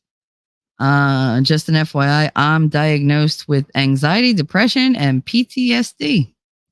I wear a medical alert bracelet that says I have panic attacks. If I start shaking, or I have difficulty with words, I show the bracelet. That's excellent, Wolfkinder. That is excellent. Yeah, that I've been there. I was diagnosed with anxiety disorder with major depression, and they're calling it CPTSD now, like complex PTSD, because it's not just like this like recent traumas. It's traumas that were never dealt with going back, almost 50 years. So they're compounded in a way. But yeah, I don't have the medical alert bracelet. I have the medical alert on my phone. So that I can press the button and it'll come up with like everything that is wrong with me, which has become quite the list. But it'll say, has panic attacks, will shut down, and I will lose consciousness sometimes. So it'll say that. It says all that on my phone, and you can scroll through and get like all my contact numbers and my doctor's number and the medicines and everything. Suzanne said, "I don't sugarcoat shit. I tell them how it is. I make them think of options." Yeah, I do the same. I don't believe in sugarcoating anything because what's the point? I mean, it's just another way to lie to somebody. With my son, I do try to articulate the situation very deliberately because he's very literal. And if I say the wrong thing, that's another hour of fighting. And I don't want that. Harlem is gentle. He helps everyone. Yeah, I've talked to your grandson. I've seen pictures of. He's just a big friggin' teddy bear. He reminds me of Fozzie Bear. When he lets his hair go, oh, he totally reminds me of Fozzie Bear. Expert, what's up? I've been on here an hour, fell asleep. Oh, I'm happy to be of service. Is it my soothing voice, or is it just the topic? Because it could be either. It's not for everybody. But you sleep, sweet dreams. It's okay.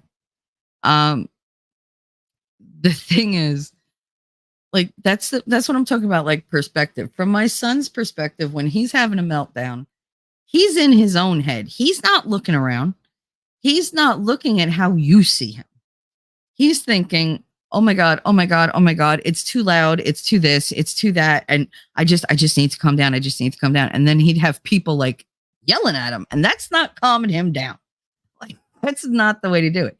Other people looking at him going, "Oh my God, he's so big, and he's not talking, but he's shaking with rage." He's not shaking with rage, he's shaking with fear.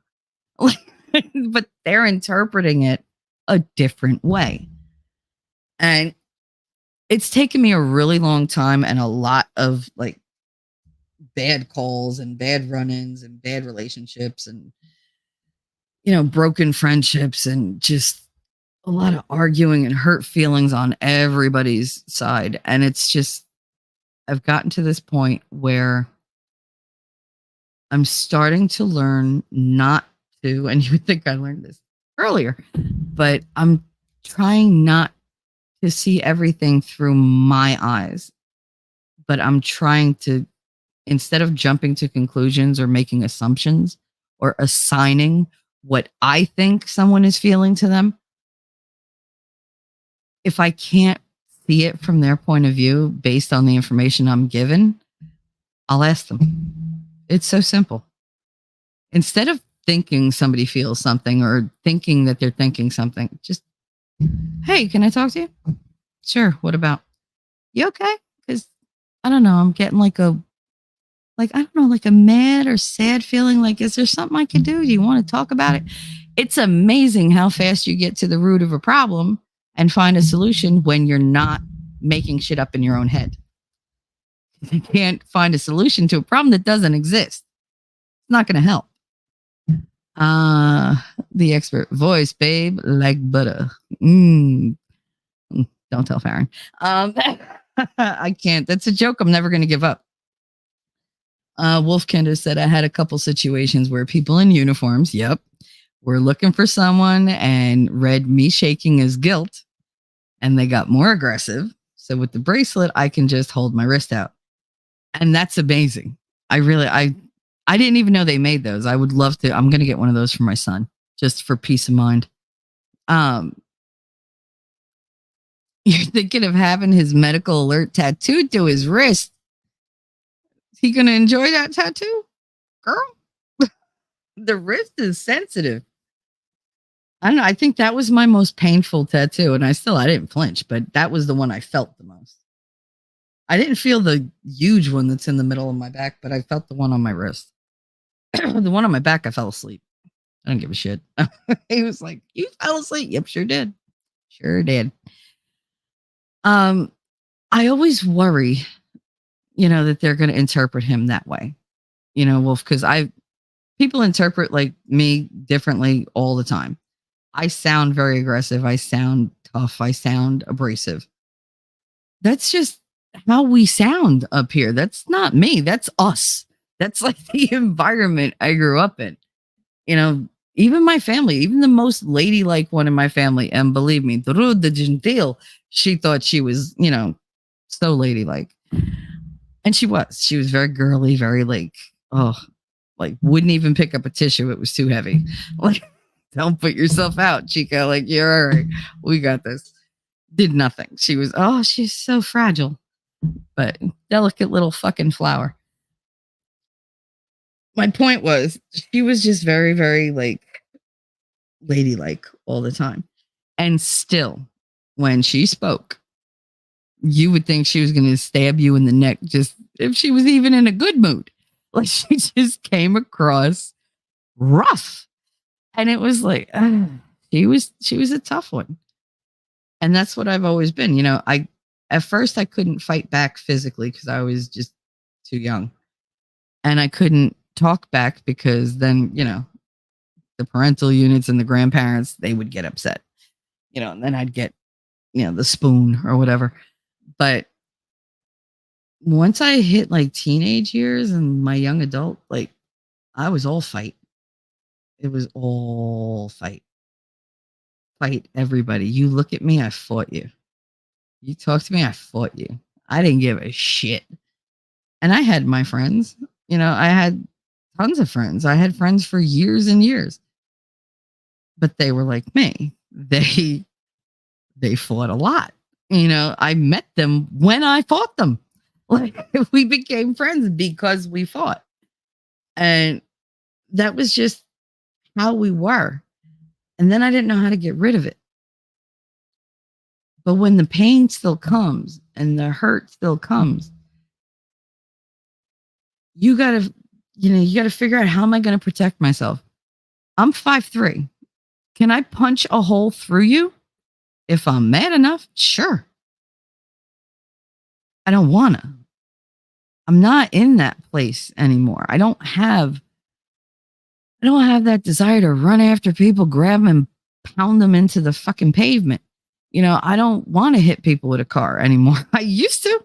I had no problem doing it. I still struggle with that cruel streak that makes people step the fuck back. If I need to set an example, I'll set it. I don't want to. I don't want to. I just want to be peaceful. I want to be happy and peaceful and do this and talk to wonderful people and engage and make a difference. And for some reason, I just keep getting things thrown in my way. And like I said, everything happens for a reason. Maybe my struggles come across so that I can overcome them and you can benefit from it. That's how I choose to look at it all. I mean, from yesterday, the day before, today, everything going forward, that's the way I look at it. If somebody wants to throw trouble or shade my way, I'm going to deal with it and I'm going to share it as much as I can or as much as, I am willing to. Because there are some things I found that I can share my personal problems with you. I can share my personal stories from like growing up or whatever. But like when it's something that involves other people, I don't like people that you don't know. Well, no, people that you might know, people that you might run into, people that are in my life that are going to like log into this and listen and hear it, that I'm not ready to deal with that right now. What I'm trying to do is keep it to myself. And I try to go, you know what? People are fucked up sometimes. I've been fucked up in the past. I wanted grace. I didn't get it. I'm going to be better. And I let it go. It might take me a couple days to not be pissed, but I'll get there. It might take me a couple minutes. Lately, that's all it takes. I get upset. I sit and I'm like, I think about it, and I talk to everybody's got to have like that friend they trust. I have a friend I trust and I'll discuss it. And it's like, okay, this is what I want to do. Is it a good idea or not? All right, let me think a little more, breathe a little more, calm down a little more. And another solution will present itself, a better one. They're not always easy. But if I'm looking at this problem and I'm like, okay, if I do this based solely on how I feel, it's going to keep going. It's going to escalate. It's going to get bigger. The only thing I have to offer this is silence. It's forgiveness. It's admitting, that yes, I've done things wrong, and I've said things wrong, but I'm apologetic about it. Do I regret it? I've told you I don't regret anything I've ever said or done because it's in the past. What's the point? I'm tired of feeling guilty over shit. It's said and done. I apologize if it offended whatever at the time. And I'm not talking about anything specific. I'm talking in general as an example. Like if I have to apologize, if I feel the need, I will. I will always cop to what I say. Always. I don't care. If I lose people based on one thing I said, that's fine. Bye. Because I'm sure that you've said shit as well. Okay. I'm not in this life to constantly be in battle. I have enough battles. I battle Social Security. I battle my kids. I battle my own body, for control because for some reason it thinks it could do whatever the hell it wants. And I'm like, hell no, I'm the boss of me. But I've come to the point where I think I need to put myself in other people's shoes more to see things from their perspective. And if I can't, to ask considerate questions. I don't want to be an ass about it. I want to ask for, the purpose of getting to where we can fix it.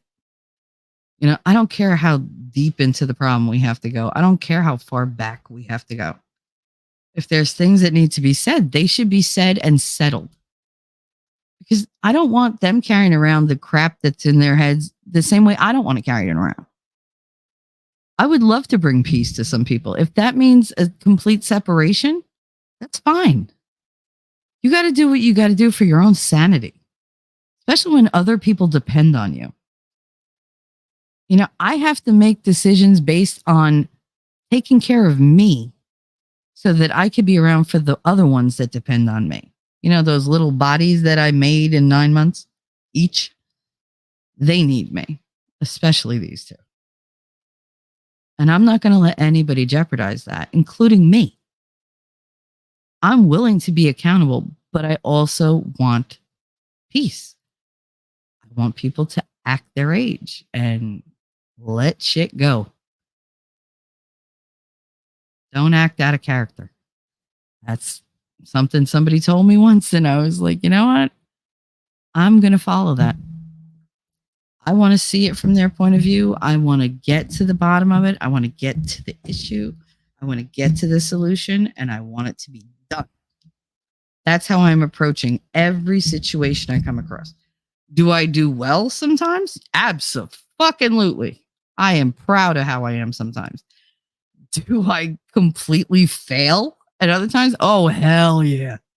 I am the queen of failing, but I learn. Every failure is an opportunity for me to be a little better or a lot better if I get it. Yeah, sometimes it doesn't click. Somebody recently told me, well, you could blame that on the bacteria that's eating away at your brain. I was like, yeah, no, I'm not going to do that. That feels too easy. Bacteria eating your brain is too easy. You got more issues than you think. Like, like I'm not aware. With my mother, like we talked about this before.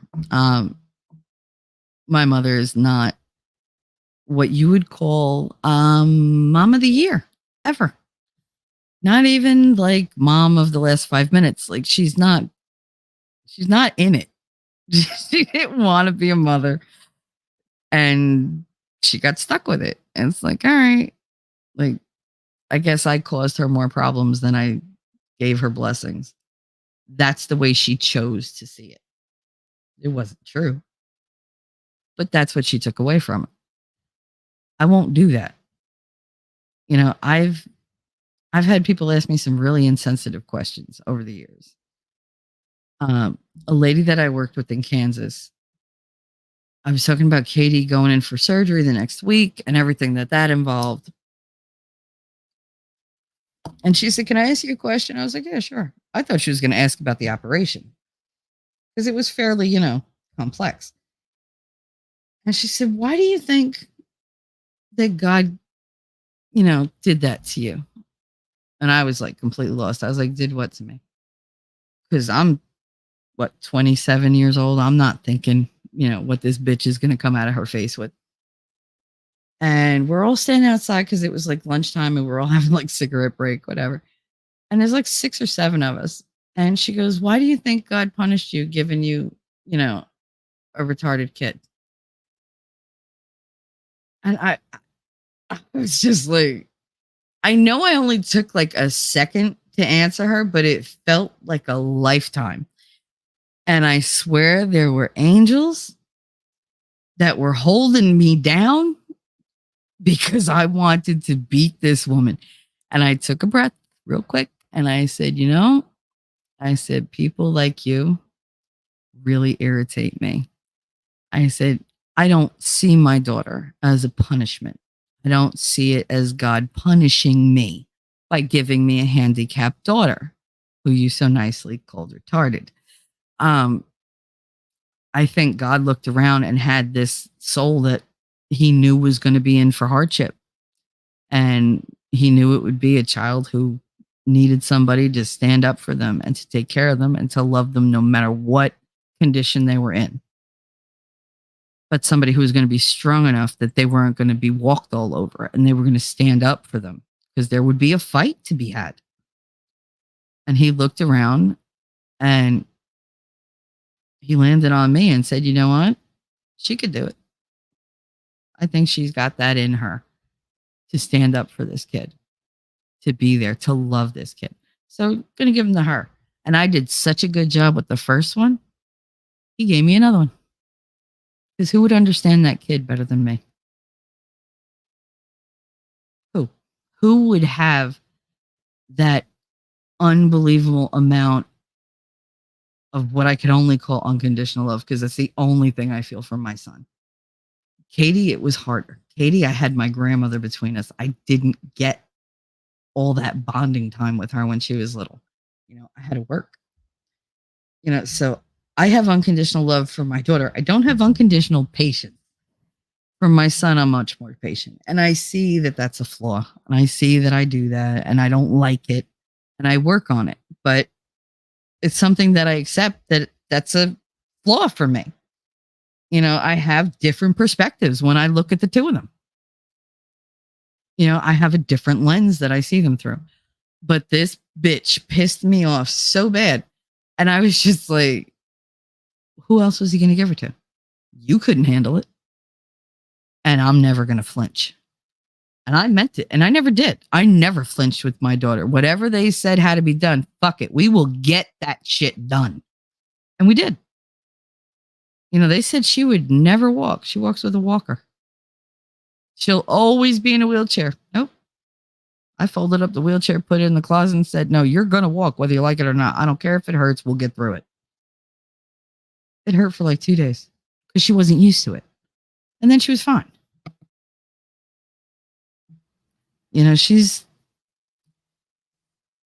Katie has a lot of issues, but I can't tell you how joyous of a person she is. She always smiles. She always wants you to feel good. She doesn't want anybody to feel sad. She loves to compliment people. And she will find the weirdest compliments. If she can't find something like obvious, she will think of something. And she'll make it sound so goddamn sincere. Everybody's just like, oh my God, thank you so much. I'm like, oh, please. Yeah, because I know what she does. I'm just used to seeing it. Some days I'm like, oh, you're such a good kid. Some days I'm like, oh, here we go again. Because some days I'm in the mood to people and some days I'm not. It's like, whatever. Wolfkinder, look for invisible disabilities bracelet. There's a silicone bracelet that has glow in the dark print and an option to add an engraved piece. You can see the ID if you need too much space for info.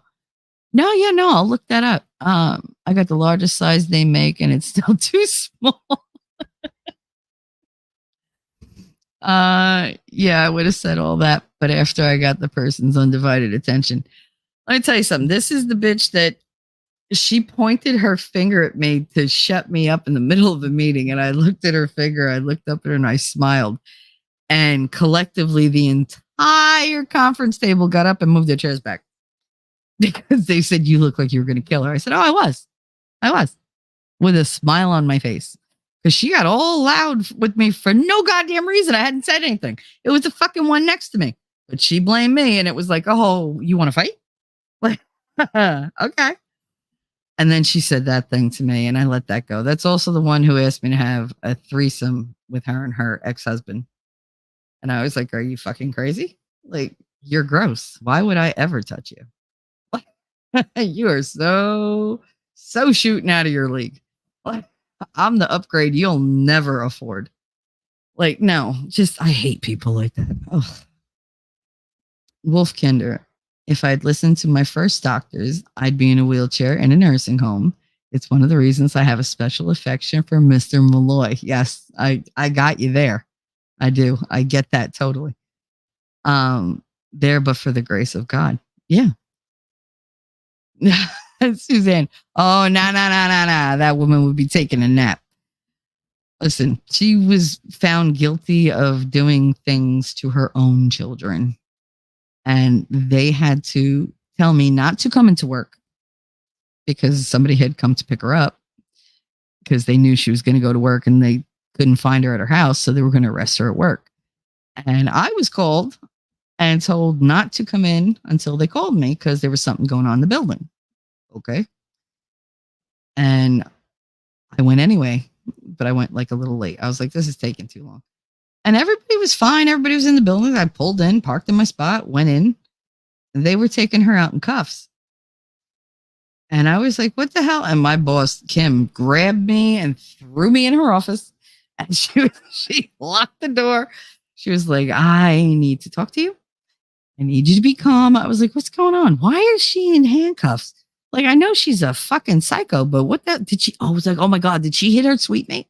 Because they had like office mates and I couldn't stand either one of them. And I was like, oh my God, did she hit her? I was like, oh, please tell me she hit her. Please tell me you got it on the film. Like somebody had to get that shit on camera. And she was just like, no, no, no, no, no. She was like, I need you to sit down. And one by one, they're like coming into the office to crowd around me. And I'm going, what the hell? And I'm like, what's going on? And then when they told me, the first thing that happened was they had to grab me because I launched myself for the door because I was going to run outside and beat her to death because I'd met her kids. They were so sweet and so little. And it broke something inside me knowing what she did and knowing that I was working with this woman every day. You know how many times she walked in front of my car? I could have run her over and saved those kids a ton of grief. Now, was it my fault? No. Did I have anything to do with it? No. Did I feel guilty? Yes. Because I know what those kids felt like. I know that betrayal. I know that fear that you live with. I know the shame you grow up with. I know what it's like to adopt a really outrageous part of your personality so that people stay the fuck away from you. Because if they're away, they can't hurt you. When you trust people, you're giving them an opportunity to hurt you. Sometimes they do, sometimes they don't. You can't always tell. It's the perspective of it. They look at you sometimes and you think they're looking at you like, oh, I hate that bitch. I hate this about her. There's nothing I like about her. I'm going to use her. It's all negative once they've done something wrong to you. When that might not be true. They might care about you. They might have loved you. They might never have wanted to go down that road. But sometimes things align the way they do. They happen for a reason. They happen when they're supposed to. We don't know why. We just know that it does. Does that change that they once cared about you? No. Does it now matter that they once cared about you? It does if you're going to let it go. It does if you don't want to see them as all negative. And I don't like to see anybody as all negative. I would rather think of people as good people who fucked up. I do it. I'm a damn good person. I fuck up all the time. I try to be better. My kids fuck up. Do I say, you're never doing this again? No. Next time, try harder. Or ask for help. Or look it up. But just don't throw in the towel. Don't decide in that moment where you're having a reaction to make a decision. Calm down. Don't look at it through a panicked, angry, just red-filled haze. Take a step back. Take a minute. Be quiet. Listen to yourself. Listen to what you're thinking. Listen to how you're hearing this, how you're seeing this. Are you right in what you're seeing? Like, are you seeing it correctly or are you seeing it through like this rage-filled lens? Because things can look very, very different once you've calmed down. Sometimes you need a minute. Take a minute. Go ahead. Then if you still feel that way, then make a decision. Then rethink the decision. Because we process things so quickly and so slowly, depending on what it is. You should never go with your first reaction. I mean, this is my opinion, obviously, and something that I've learned through experience. And I'm still trying to, conquer and master. Don't react. When somebody comes along who insults somebody you love, don't react. It's not your place. You don't have to white knight for somebody who's, right next to you. You don't have to defend somebody who's completely capable of defending themselves. What you do have to do is let them know you're there to support them if shit goes down. And if they can't handle it, bitch, I'm here, tag me in. That's what you do when it's not directed at you. You don't third party your way into something and go, hey, you do that. Stop. Like, people need to learn to defend themselves and stand up for themselves and solve their problems themselves. I'm very bad at that. Like, I have this tendency to be like, well, what's going on? What's your problem? Well, what can I do? Why am I volunteering? I got my own fucking problems. It's because I want to show that I care and I do want them to be better. Can I help? Probably not. I'm going to be perfectly honest. Probably not. If what they need is somebody to listen, I'm there every time. If you need somebody to vent to or rant to, sure, go ahead. Because lucky for you, I'm going to forget what you said because, I have memory issues now. It's great. I forget what I'm saying from sentence to sentence sometimes. It depends. Depends on the day. Today, I'm having a good day. I'm not having a great speech day, but the memory's all right today. The feeling is all right. The mood is good. I haven't slept, but, I want people to think more because I feel like in the world right now we're talking about perspectives. My perspective is that the world is angry. It's a hate filled world. People are afraid to have discussions. Everybody's flying off the handle. Everybody's fifis are getting hurt. It's the woke against the awakened and the right against the left and the Dems against the Republicans and the, jabbies against the non-jabbies and the mask against the not masks. And everybody's picking a side. What the fuck point is there in picking a side? Is it going to solve anything? It's not. It just creates more problems. And it's a distraction making us turn away from what we really need to be concentrating on. I don't have energy for drama. I don't. I really don't. I got involved in drama last night and it was dumb. And I wound up apologizing because I felt bad. And I was like, you know what? This was like, yeah, it came addressed to me direct, but I could have just been like, ignored it. But I didn't. They poked me and I was not in the fucking mood.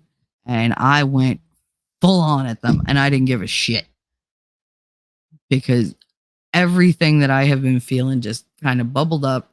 And okay, bitch, you want to come at me? Let's go. And so I went back and forth and I just unleashed. And not even 5 minutes later, I felt horrible. And I had to apologize all around and try to whatever. And I didn't apologize to the person that I got into the fight with because fuck them. I apologized to the person that was witness to it because I shouldn't have done it like that. I should not have allowed them to goad me into any kind of fight for this person to witness. But they did. And I felt genuinely bad that they did. I didn't feel bad for what I said. I meant every fucking word I said. But I felt bad that this person was made uncomfortable, that it was a reflection on them, that they now thought this is what she's capable of. Yeah, no, good. Know that. I'm highly capable of being the most sadistic, cruel bitch on the planet because that's my father. I learned from the best. And every day I struggle to control that cruel streak because that's not naturally mine. That was created, that was nurtured. And he made good goddamn sure that I was broken enough that that was the main lesson I learned. He made sure to put that little bit of darkness in my soul so that I could give myself permission to be a bitch whenever I wanted to. Because I hurt. I hurt all the time. That's not an excuse. The older I get, the more I realized, okay, you feel it all. Not everybody else has to feel it with you. You guys are different. I open myself up so that you can say, you know what? Yeah, maybe I do that too sometimes. Or maybe you're dealing with somebody who does that and you're mad at them for being such a, douche all the time. And you're not thinking why they're a douche. Maybe they're like really, really overwrought. Maybe they're dealing with too much pain. Maybe they're, on the edge of bankruptcy, can't pay their bills, they're going to be homeless. You don't know. You don't know the struggles that somebody's been with, what they deal with. It's not easy for me to go and meet people and open up to them. This is not easy for me. It was like, oh, you're just so easy. It's not. There are things I can't say. I can't articulate them.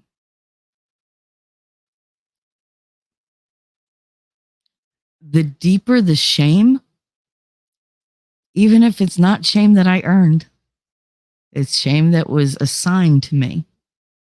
The more shame I feel, the harder it is to get the words out. Not because I'm ashamed to admit it to you. I'm ashamed to speak it back into existence because I'm afraid it'll hang over my head and everybody will be able to see.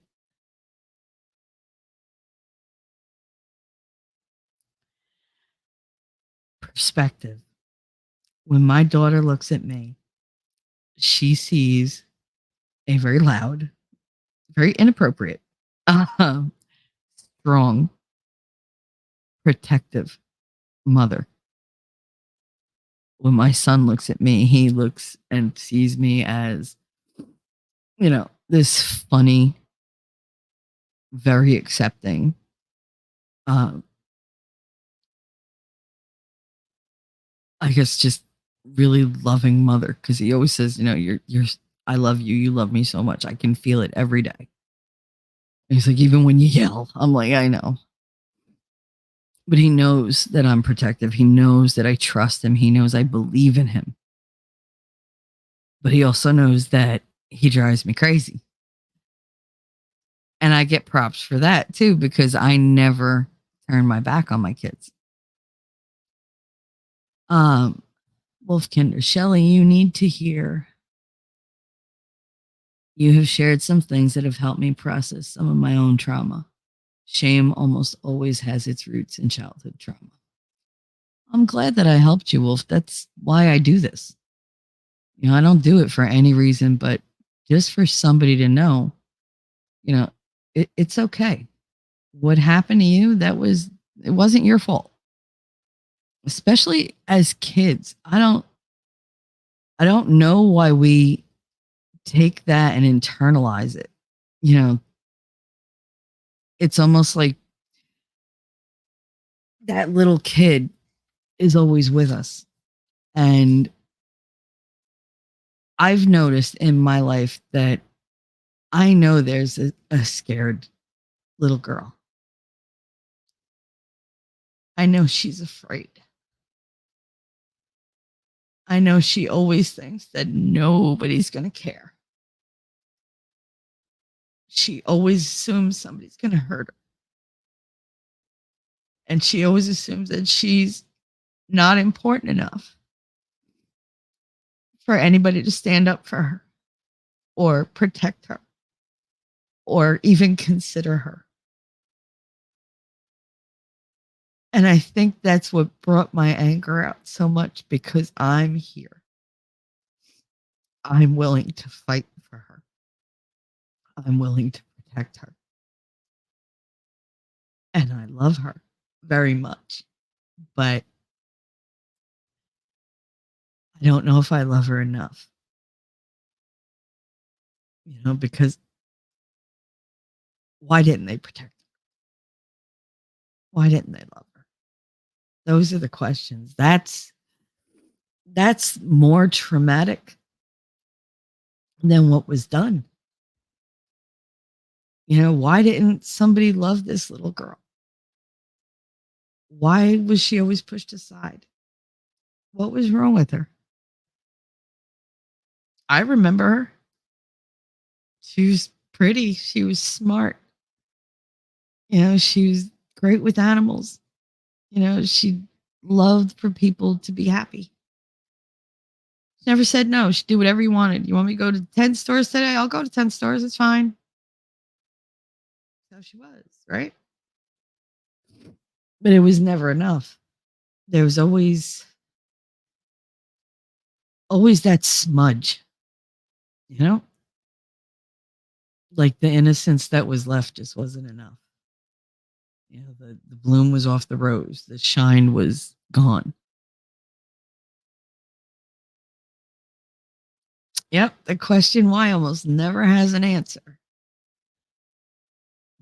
But I do uncover a lot of things on that journey. I do. By raising my own kids, I learned a lot. By talking to people with similar trauma, by talking to people with vastly different trauma, you'd be amazed how often the core reasons are the same, even though the actions taken are different. Shame is the hardest thing in the world to shake because it's not something we put on ourselves. That's constructed by religion and society and authority figures and people who don't know what to do with you when you're damaged. They don't want to take the blame, so they just, they'll minimize it. They'll treat it like it's nothing. They'll dismiss it. They'll tell you, "Oh, you just got to walk it off. You got to get over it." You don't get over a break like that. You don't get over violations like that. Anything that occurred when I was older, I was able to turn to my advantage in my mind. Well, advantage isn't the right word. It was, I was able to turn it to the point where I could own it and I could face it on my terms. See, I changed the lens. I was no longer looking at it as the victim because the victim was that teenage girl or that baby or that toddler or that, like a little kid. That was the victim. I wasn't the victim. I was the grown up version who should have figured some shit out by now, but didn't. So I had a lot of work to do. And I did a lot of it. I did a lot of talking. I did a lot of trying to figure out, could I have done something different? I don't see how I could have. So I would take away reasons why I thought it was my fault, my responsibility. And it's amazing when you whittle it down and you take away ways that you could have done it different when you couldn't have, you're stuck with the list of that it's not your fault. What it is you're not weak for having gone through it. You're strong for having gone through it. You're strong for coming out the other end of it and not being a monster. Even if you're a shithead, you're still not a monster. I will never be the monster my father was. I will never be the monster that my rapist was. I will never hold a gun to somebody's head for shits and giggles just to see them cry so that they give you whatever they wanted. Have I made people cry? Sure have. Sure have. Because when you're going through that much pain, everybody should feel it with you. I got over that a long time ago, but it still bubbles up. And it's usually not in defense of me. It's usually in defense of somebody else, somebody I care about. If I see somebody that I love slighted, oh, I go full bear. You don't hurt the people I love. You just don't. And whether you like me or hate me, you know it's true. You know it's true.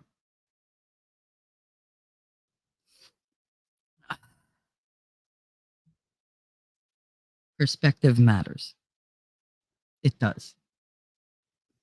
You can look at something and see nothing but negative, and you could live your life bitter and miserable and always lashing out at people. Or you could step back and be accountable for your own actions and say, you know what? That was a shitty thing I did. If you can't bring yourself to apologize for it, at least just don't do it again. Be better.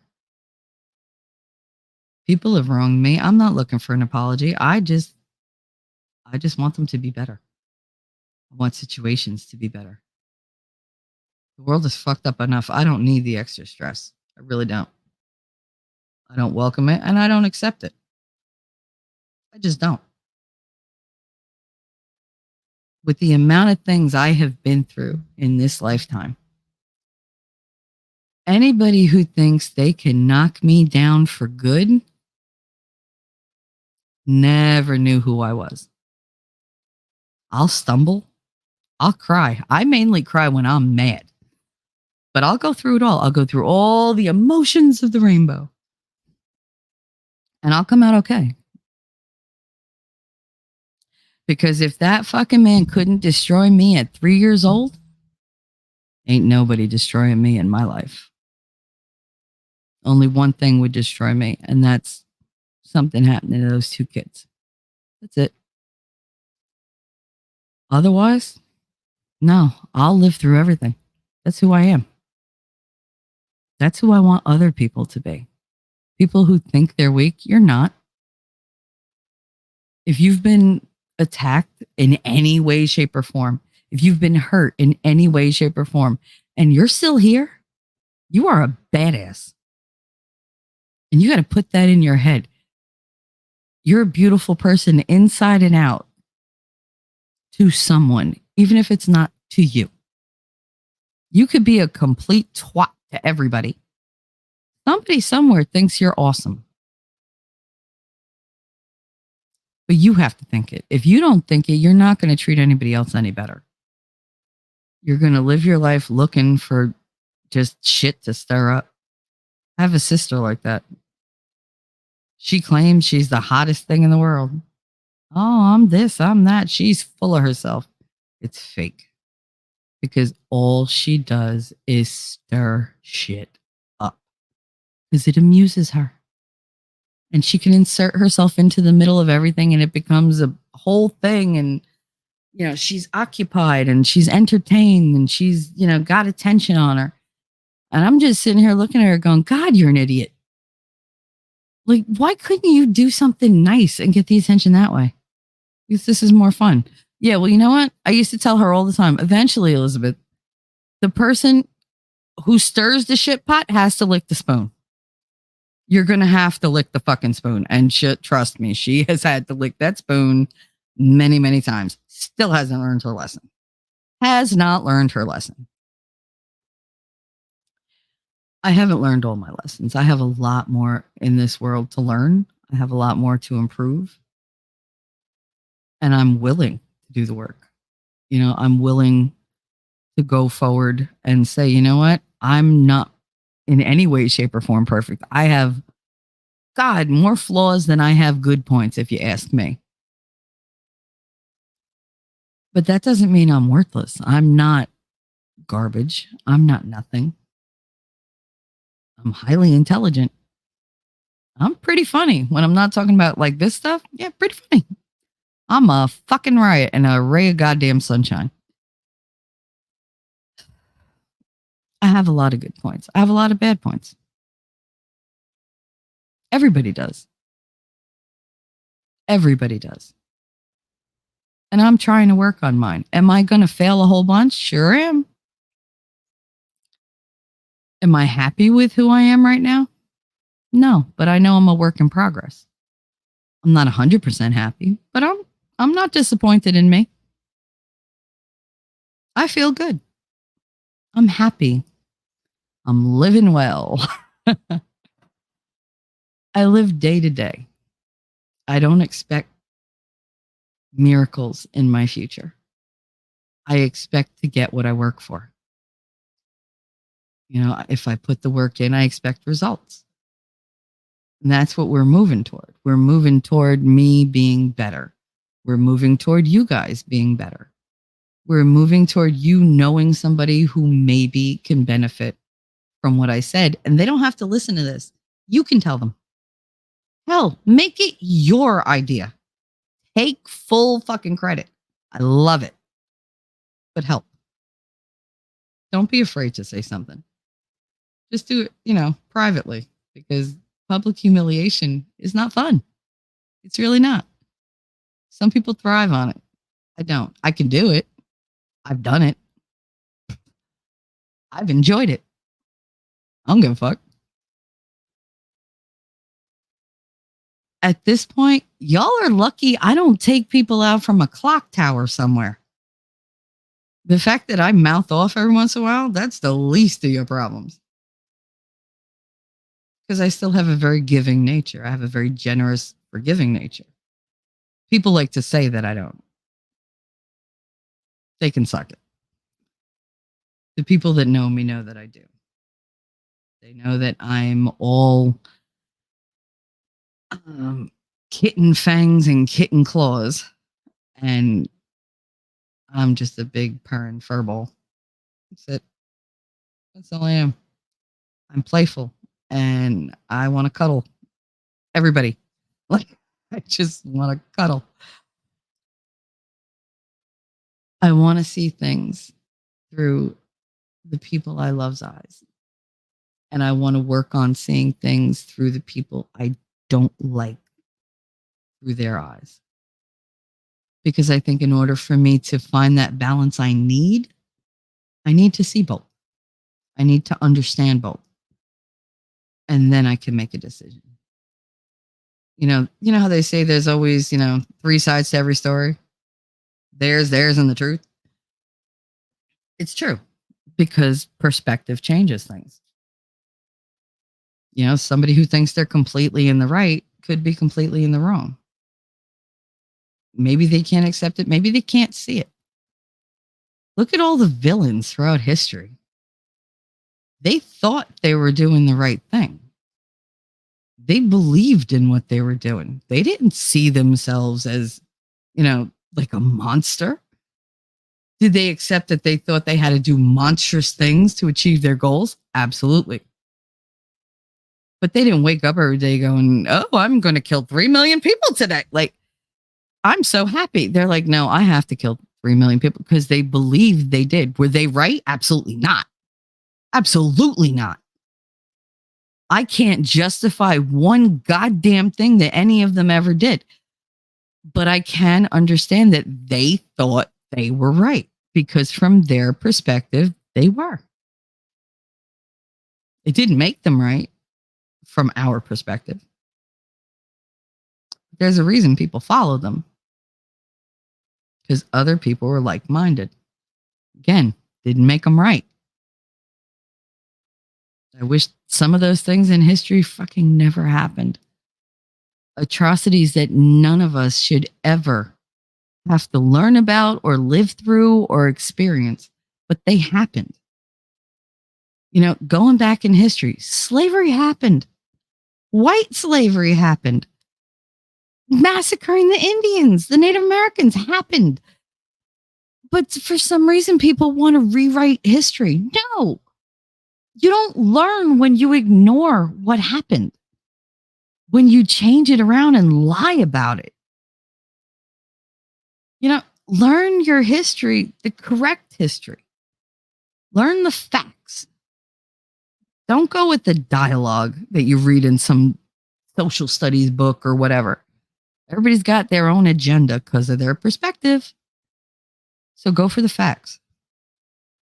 Try to be unbiased by looking at the facts and at the patterns that are apparent.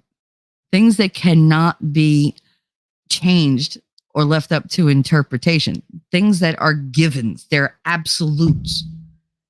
And then you could piece things together. It's really hard to do, and it takes a really mature mind and spirit to do that because you have to be willing to take a minute. You have to be willing to say and recognize that you're about to lose your shit or make a bad decision and say, you know what? I just need a couple minutes and step back. And you'll see how much easier the decision is. And sometimes when you're torn and you're looking at different perspectives, it can help you come to a decision that brings you immense relief. You know, I told you the other day there was a song, he says, you know, you're going to feel much better once you make your mind up. So don't cry. Like, just look at it practically, clinically. Take the emotion out of it and see how you see it then. You can always take those feelings and bring them back. But removing them from the situation gives you a clearer head. Thinking of the consequences, that's important too. I know I'm terrible at thinking of consequences. Oh, horrible. So horrible. You know when I think of them? It's that instant that it finishes leaving my mouth and I'm done. That's when I go, fuck. I wish I didn't do that. God damn it. And I laugh at myself because, what am I going to do? Cry all the time? I cry when I'm mad because I can't hit anybody. And I'm working on my anger. And some of my anger is never going to leave me because I need it. I need that fire for those times where that little girl's running the show and she's scared. And I can tell you, it sounds weird, but when she's afraid, all she's got to do is just give me that feeling. And I'm instantly in mama bear mode. And mama bear mode is nothing to fucking sniff at. Don't turn your nose up at that because I'll ram an ice pick up through it. Like, don't do it. Mama bear mode is the toughest mode I got. I would protect my own children with everything I have, no matter what I had to do to anybody or anything in general. I would do it to protect them. That little girl, she's a part of me. I can't protect her from what was, but I can accept that it wasn't her fault. And I can accept that she had no power. I can't blame her for it happening. She had no way of stopping it, no matter what anybody said.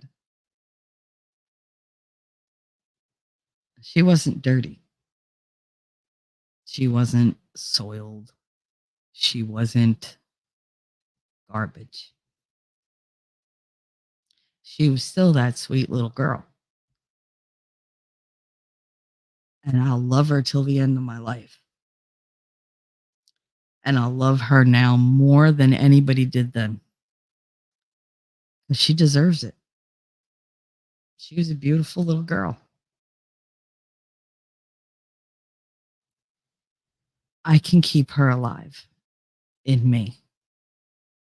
And I can heal what wasn't healed. And I can love her more than she ever thought she deserved. No matter what people say. It's never too late to love yourself. It's never too late to go back and say, you know what? This was unfair. This was painful. And this made me not like myself. But it wasn't my fault. It wasn't in my power. And it wasn't my responsibility to protect me or love me. Other people failed me. I'm not going to fail myself. You can do that at any point in your life, but you have to be willing to admit that the people closest to you maybe let you down. They didn't do their jobs. If you forgive them There's no reason you can't forgive and love yourself. You don't forgive yourself for what happened. You forgive yourself for blaming yourself because you didn't know any better. And you start to heal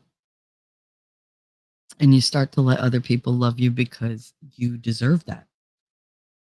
You understand that you're not a bad person, just you're a good person that bad things happen to.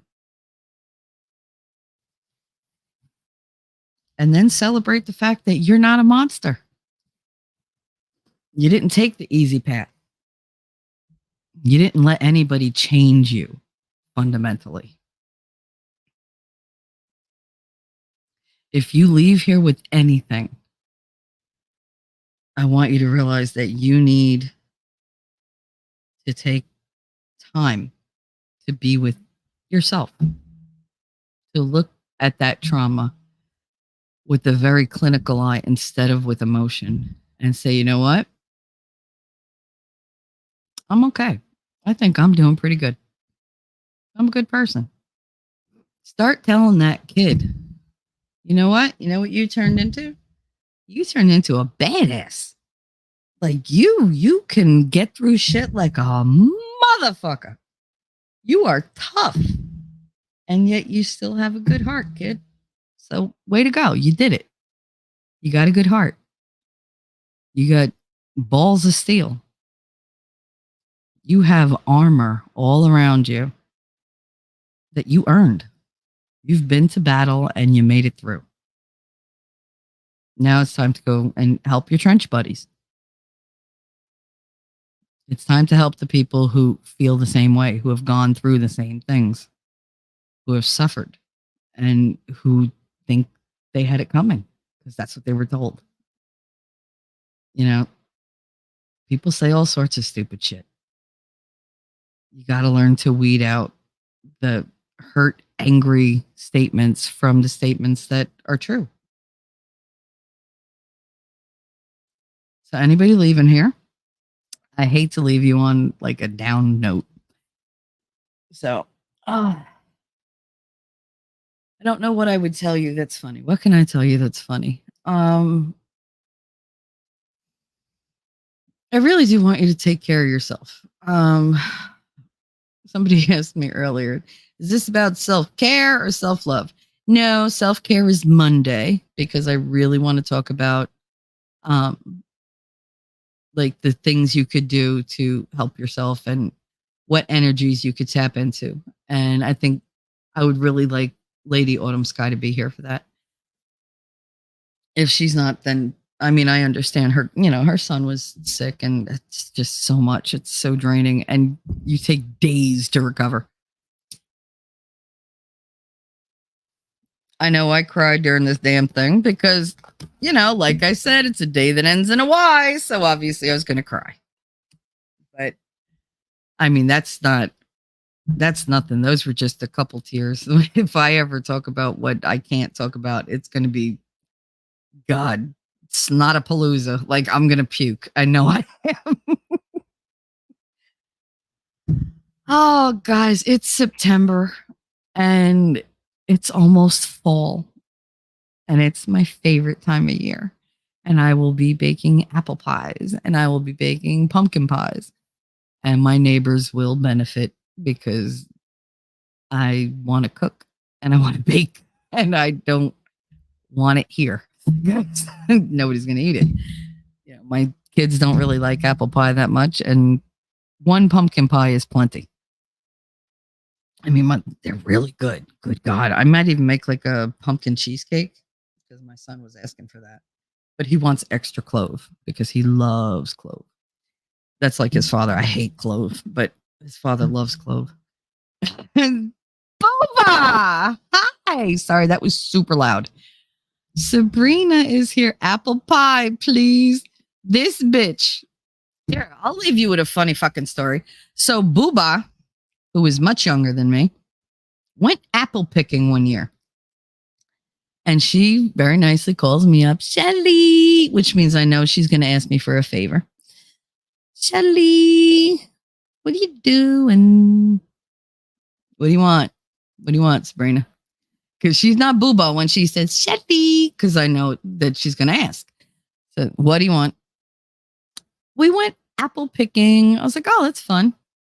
Do you know how to make apple pies? Yes. If I drop off the apples, will you make us apple pies? I was like, I need butter. I need the apples. And I need a couple boxes of like, graham crackers or vanilla wafers that I can make into shells. Okay. And I need get me a couple pie crusts for the top because I was not making fucking pie crust. And she, okay, this bitch drops off 2 huge brown bags full of fucking apples. I could have killed her.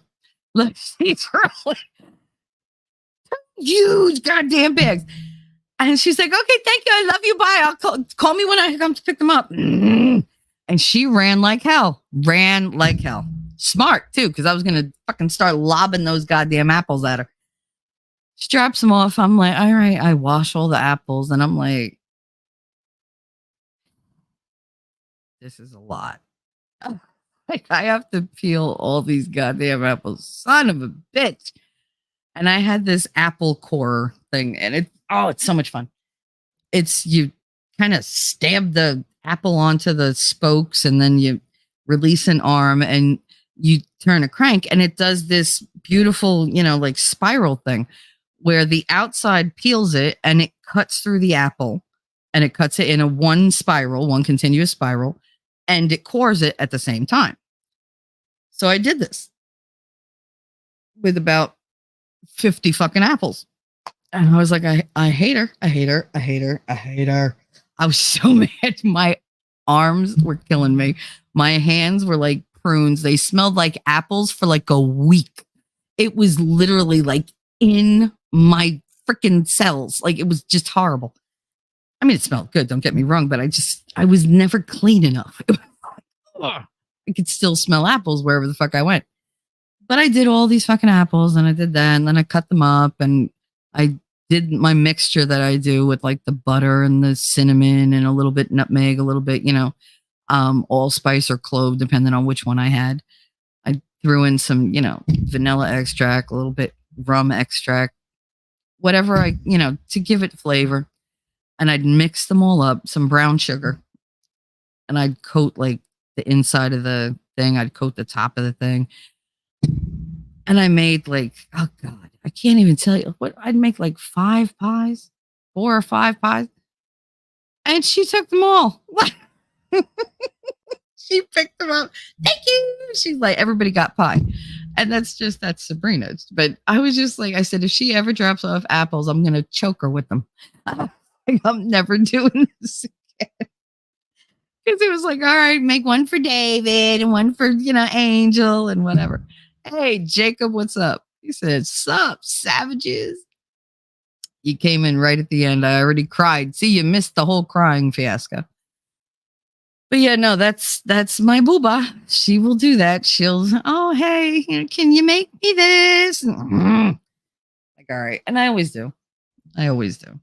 That's why she calls dibs. And of course, her husband friggin' takes it. He was like, oh, she can cook she cook pies for us whenever. It's like, that's fine. She can bake whatever. Because I am good. I'm a good baker. Shelly's pie. Girl, don't be talking about my pie. I know it tastes good. And everything I bake does too. Don't go there. Anything she bakes is to die for. Well, if you're my ex-husband, he thinks I poisoned him for years. So it's funny. I love that he thought I poisoned him. I was like, yeah, sure I did. Every day. In that tea that I used to make for you. I didn't poison him. That's how stupid he is. He's just like, oh no. I mean, I did give him things that would make him sick, but nothing long term. Jacob's shaking head. Listen, if you met my ex-husband, you would have tried to poison him too. But I didn't. And that was over 20 years ago. And he can go fuck himself. I mean, I love him to death. Don't get me wrong. I talk to him when I can, but I've avoided him since I got sick because he's all about you need my help. I have a house now. He has a house in Minnesota. He was like, you could live here. No, I'm good. I'm good. He worries. I know he does. I see his messages. I just don't answer them. I I can't go back. I can't go backwards anymore. I used to do that just so that my numbers wouldn't go up. But guess what? When you return, like when you get out of a shitty relationship with a shitty person, going back, yeah, no, they're just as shitty as they were before. They've just learned to hide it better. You know, they've learned to put on the happy face and do the little dance, and everybody thinks they're great, and they're not. Daisy, pew pew pew, pie pie pie. I still miss my ex. Yep, your aim is getting better. I always say that when everybody's like, "Oh, did you miss me?" With every bullet so far, with every bullet so far. If I say that, I don't like you. They think it's a joke. I'm like, no, I'm serious. I don't fuck around. If I don't like you, I'm going to tell you I don't like you. Or I'm going to show you I don't like you. That's much more trustworthy because I don't talk to people I don't like. But tell you one thing, one look at me or like noticing how I treat you, how I treat you is dependent on how you come at me. But again, now I'm learning however you come at me, it's my decision how I react, not yours.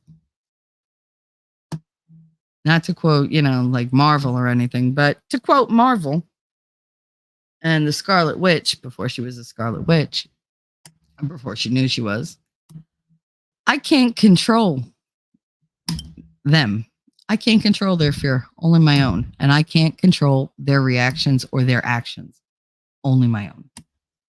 I'm not responsible for someone else's words or actions. I'm responsible for mine, and I will own mine. And anybody who says different doesn't fucking know me.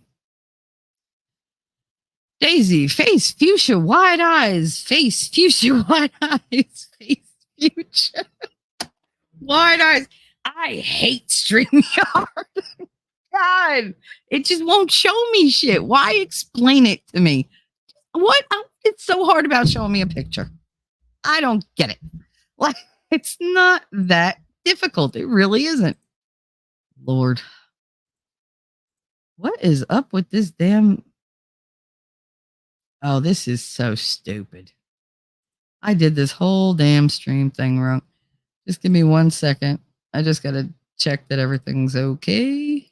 Because I always clicked into the wrong freaking, the wrong thing. Ah, well. I was trying to monitor the stream health and everything on the YouTube side. It's crazy because YouTube is being such a cuck lately. I don't want to get caught up in it. So, like I've been taught, I keep my eye on the stream health and everything. But this time I was too emotional and I didn't watch. But it's fine. I'm still green. I'm good. But I want to wrap it up because I really do need to sleep. And I have groceries coming at 3:00. So I'm not going to get a whole lot of sleep. I really hope that this helps somebody out there. I don't ever want you to give up on yourself. Never. Grim said it to me. I believe it was Grim that said it to me one time. We were talking about people unaliving themselves, and he's the one that said, about permanent solutions for temporary problems. It's stupid. Don't do that. It was very matter of fact, don't do that. And he was right. I don't even think he was saying it directly to me. I was just there. It was part of a conversation, a larger conversation. But it's true. Why would I go the way of something I can't fix anymore? Something very final when there's so much more of my life left to live, the good and the bad. I don't mind going through hard times. I don't. I do mind that we're having a lot less good times because it makes the hard times a lot harder to deal with. It makes people nasty. It's just, there's so much fear and just disinformation in the world and lying, and you don't know who to trust. The people that you should be able to trust, like higher ups and, people you grew up with thinking, oh, yeah, they're legit. Nope. Always a surprise. I've been surprised. I've trusted people who turned out to be my worst nightmare. My father at the top of that list, but by far, he's not the only one on it. And there are people that I thought were crap before because that's what I was led to believe. And then I come to know them and I can't imagine myself without them.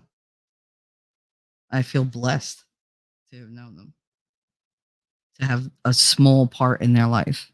And I hope that at some point they look back and remember me in a good way. There are some people who just won't because they don't want to. There are some people who will eventually come to see the light and go, oh, well, hindsight's 2020. I'm not mad at anybody.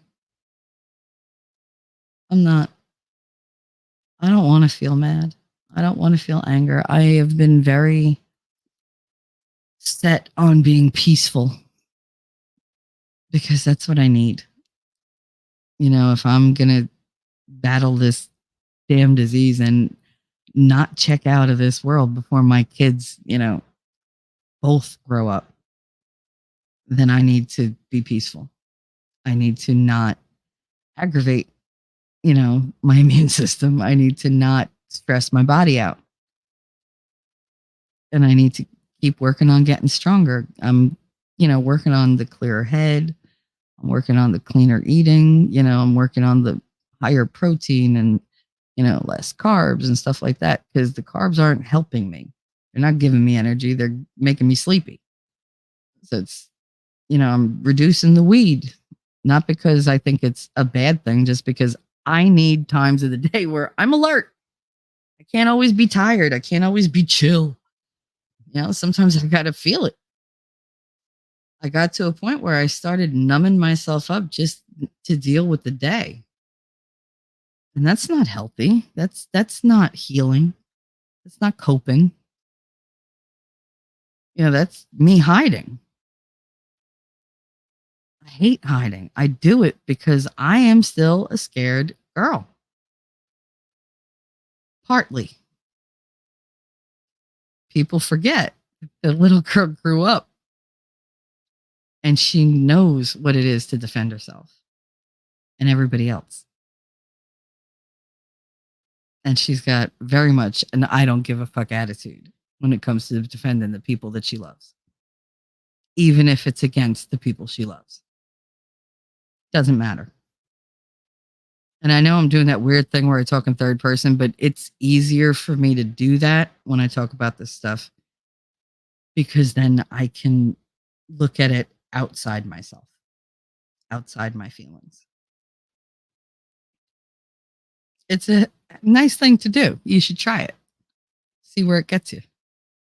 Daisy girl, I expect a DM from you with the update on how your week has been, please. Everybody else that has been coming by and stopping through and listening and just giving a hi, giving a like, giving a whatever. Thank you very much for joining me. Thank you for sharing things that I know it's hard to share with strangers. You might know me from days, weeks, months, even a year. It doesn't make me any less of a stranger. But what I want you to walk away with knowing is I'm not just here to work through my trauma. I'm here to help you with yours. Do I think I'm going to heal you guys? No, I just want to give you some tools that maybe you didn't have before. Give you company you didn't have. Let you know you're not by yourself in this. You're not the only one that these things have been done to. Same way I'm not the only one who's been through it. I'm one of way too many. Way too many. if we can't stop it, we got to learn how to heal it. I would love it if we can manage both. That would be fucking awesome. But it's not going to happen right now because I'm tired and I need to sleep. So we made it 3 hours. I did tell somebody I was only going to do a 2-hour stream. They told me I would do probably 4 to 5 hours. So I cut the difference and, well, I split the difference and we did 3 hours. So we're good. It is Friday. I will see you Monday. I will probably do some kind of stream, impromptu stream this weekend. I don't know if it's going to be with Winning. I don't know if it'll be with Caitlin. I don't know who it's going to be with. Maybe it'll be with everybody. I don't know. We never know. We kind of roll with the weekends. So anybody who wants to do the YouTubey things, if you're new and you've heard any of this and like it, please, subscribe because there's tons more. And if you're just tuning in, this is Shelly, your mouthy mama with Talking Trash and Truths. This is Coffee and Chaos with T3. And we run Monday, Wednesday, and Friday, 8 a.m. to whenever the hell I feel like turning the mic off. Or until I just fall asleep on stream, which I've done. You could ask any of them. I've done it many, many times. So anything can happen. But thanks for coming by, guys. I feel better. I hope some of you maybe felt this was a little cathartic. I know I feel better about sharing with you guys. Yes, Jacob. But I finished my damn coffee. I got to go get more. I love this coffee cup. It holds like 3, almost 4 full cups of coffee. It's fantastic. It's like I only have to get up once, and then I have to get up like 18 times to pee, but that's all right. Yeah, you all got to go somewhere. I want you guys to have the best weekend, and remember, good luck. We're all counting on you. Because there's got to be a little Nick in every stream. Why not? I love my Nick. He's great. And I drive him crazy. It's wonderful. I'll see you guys around this weekend and everybody else's chats, apparently, because that's what we do. And until then, I will see you in the funny papers. Bye, guys.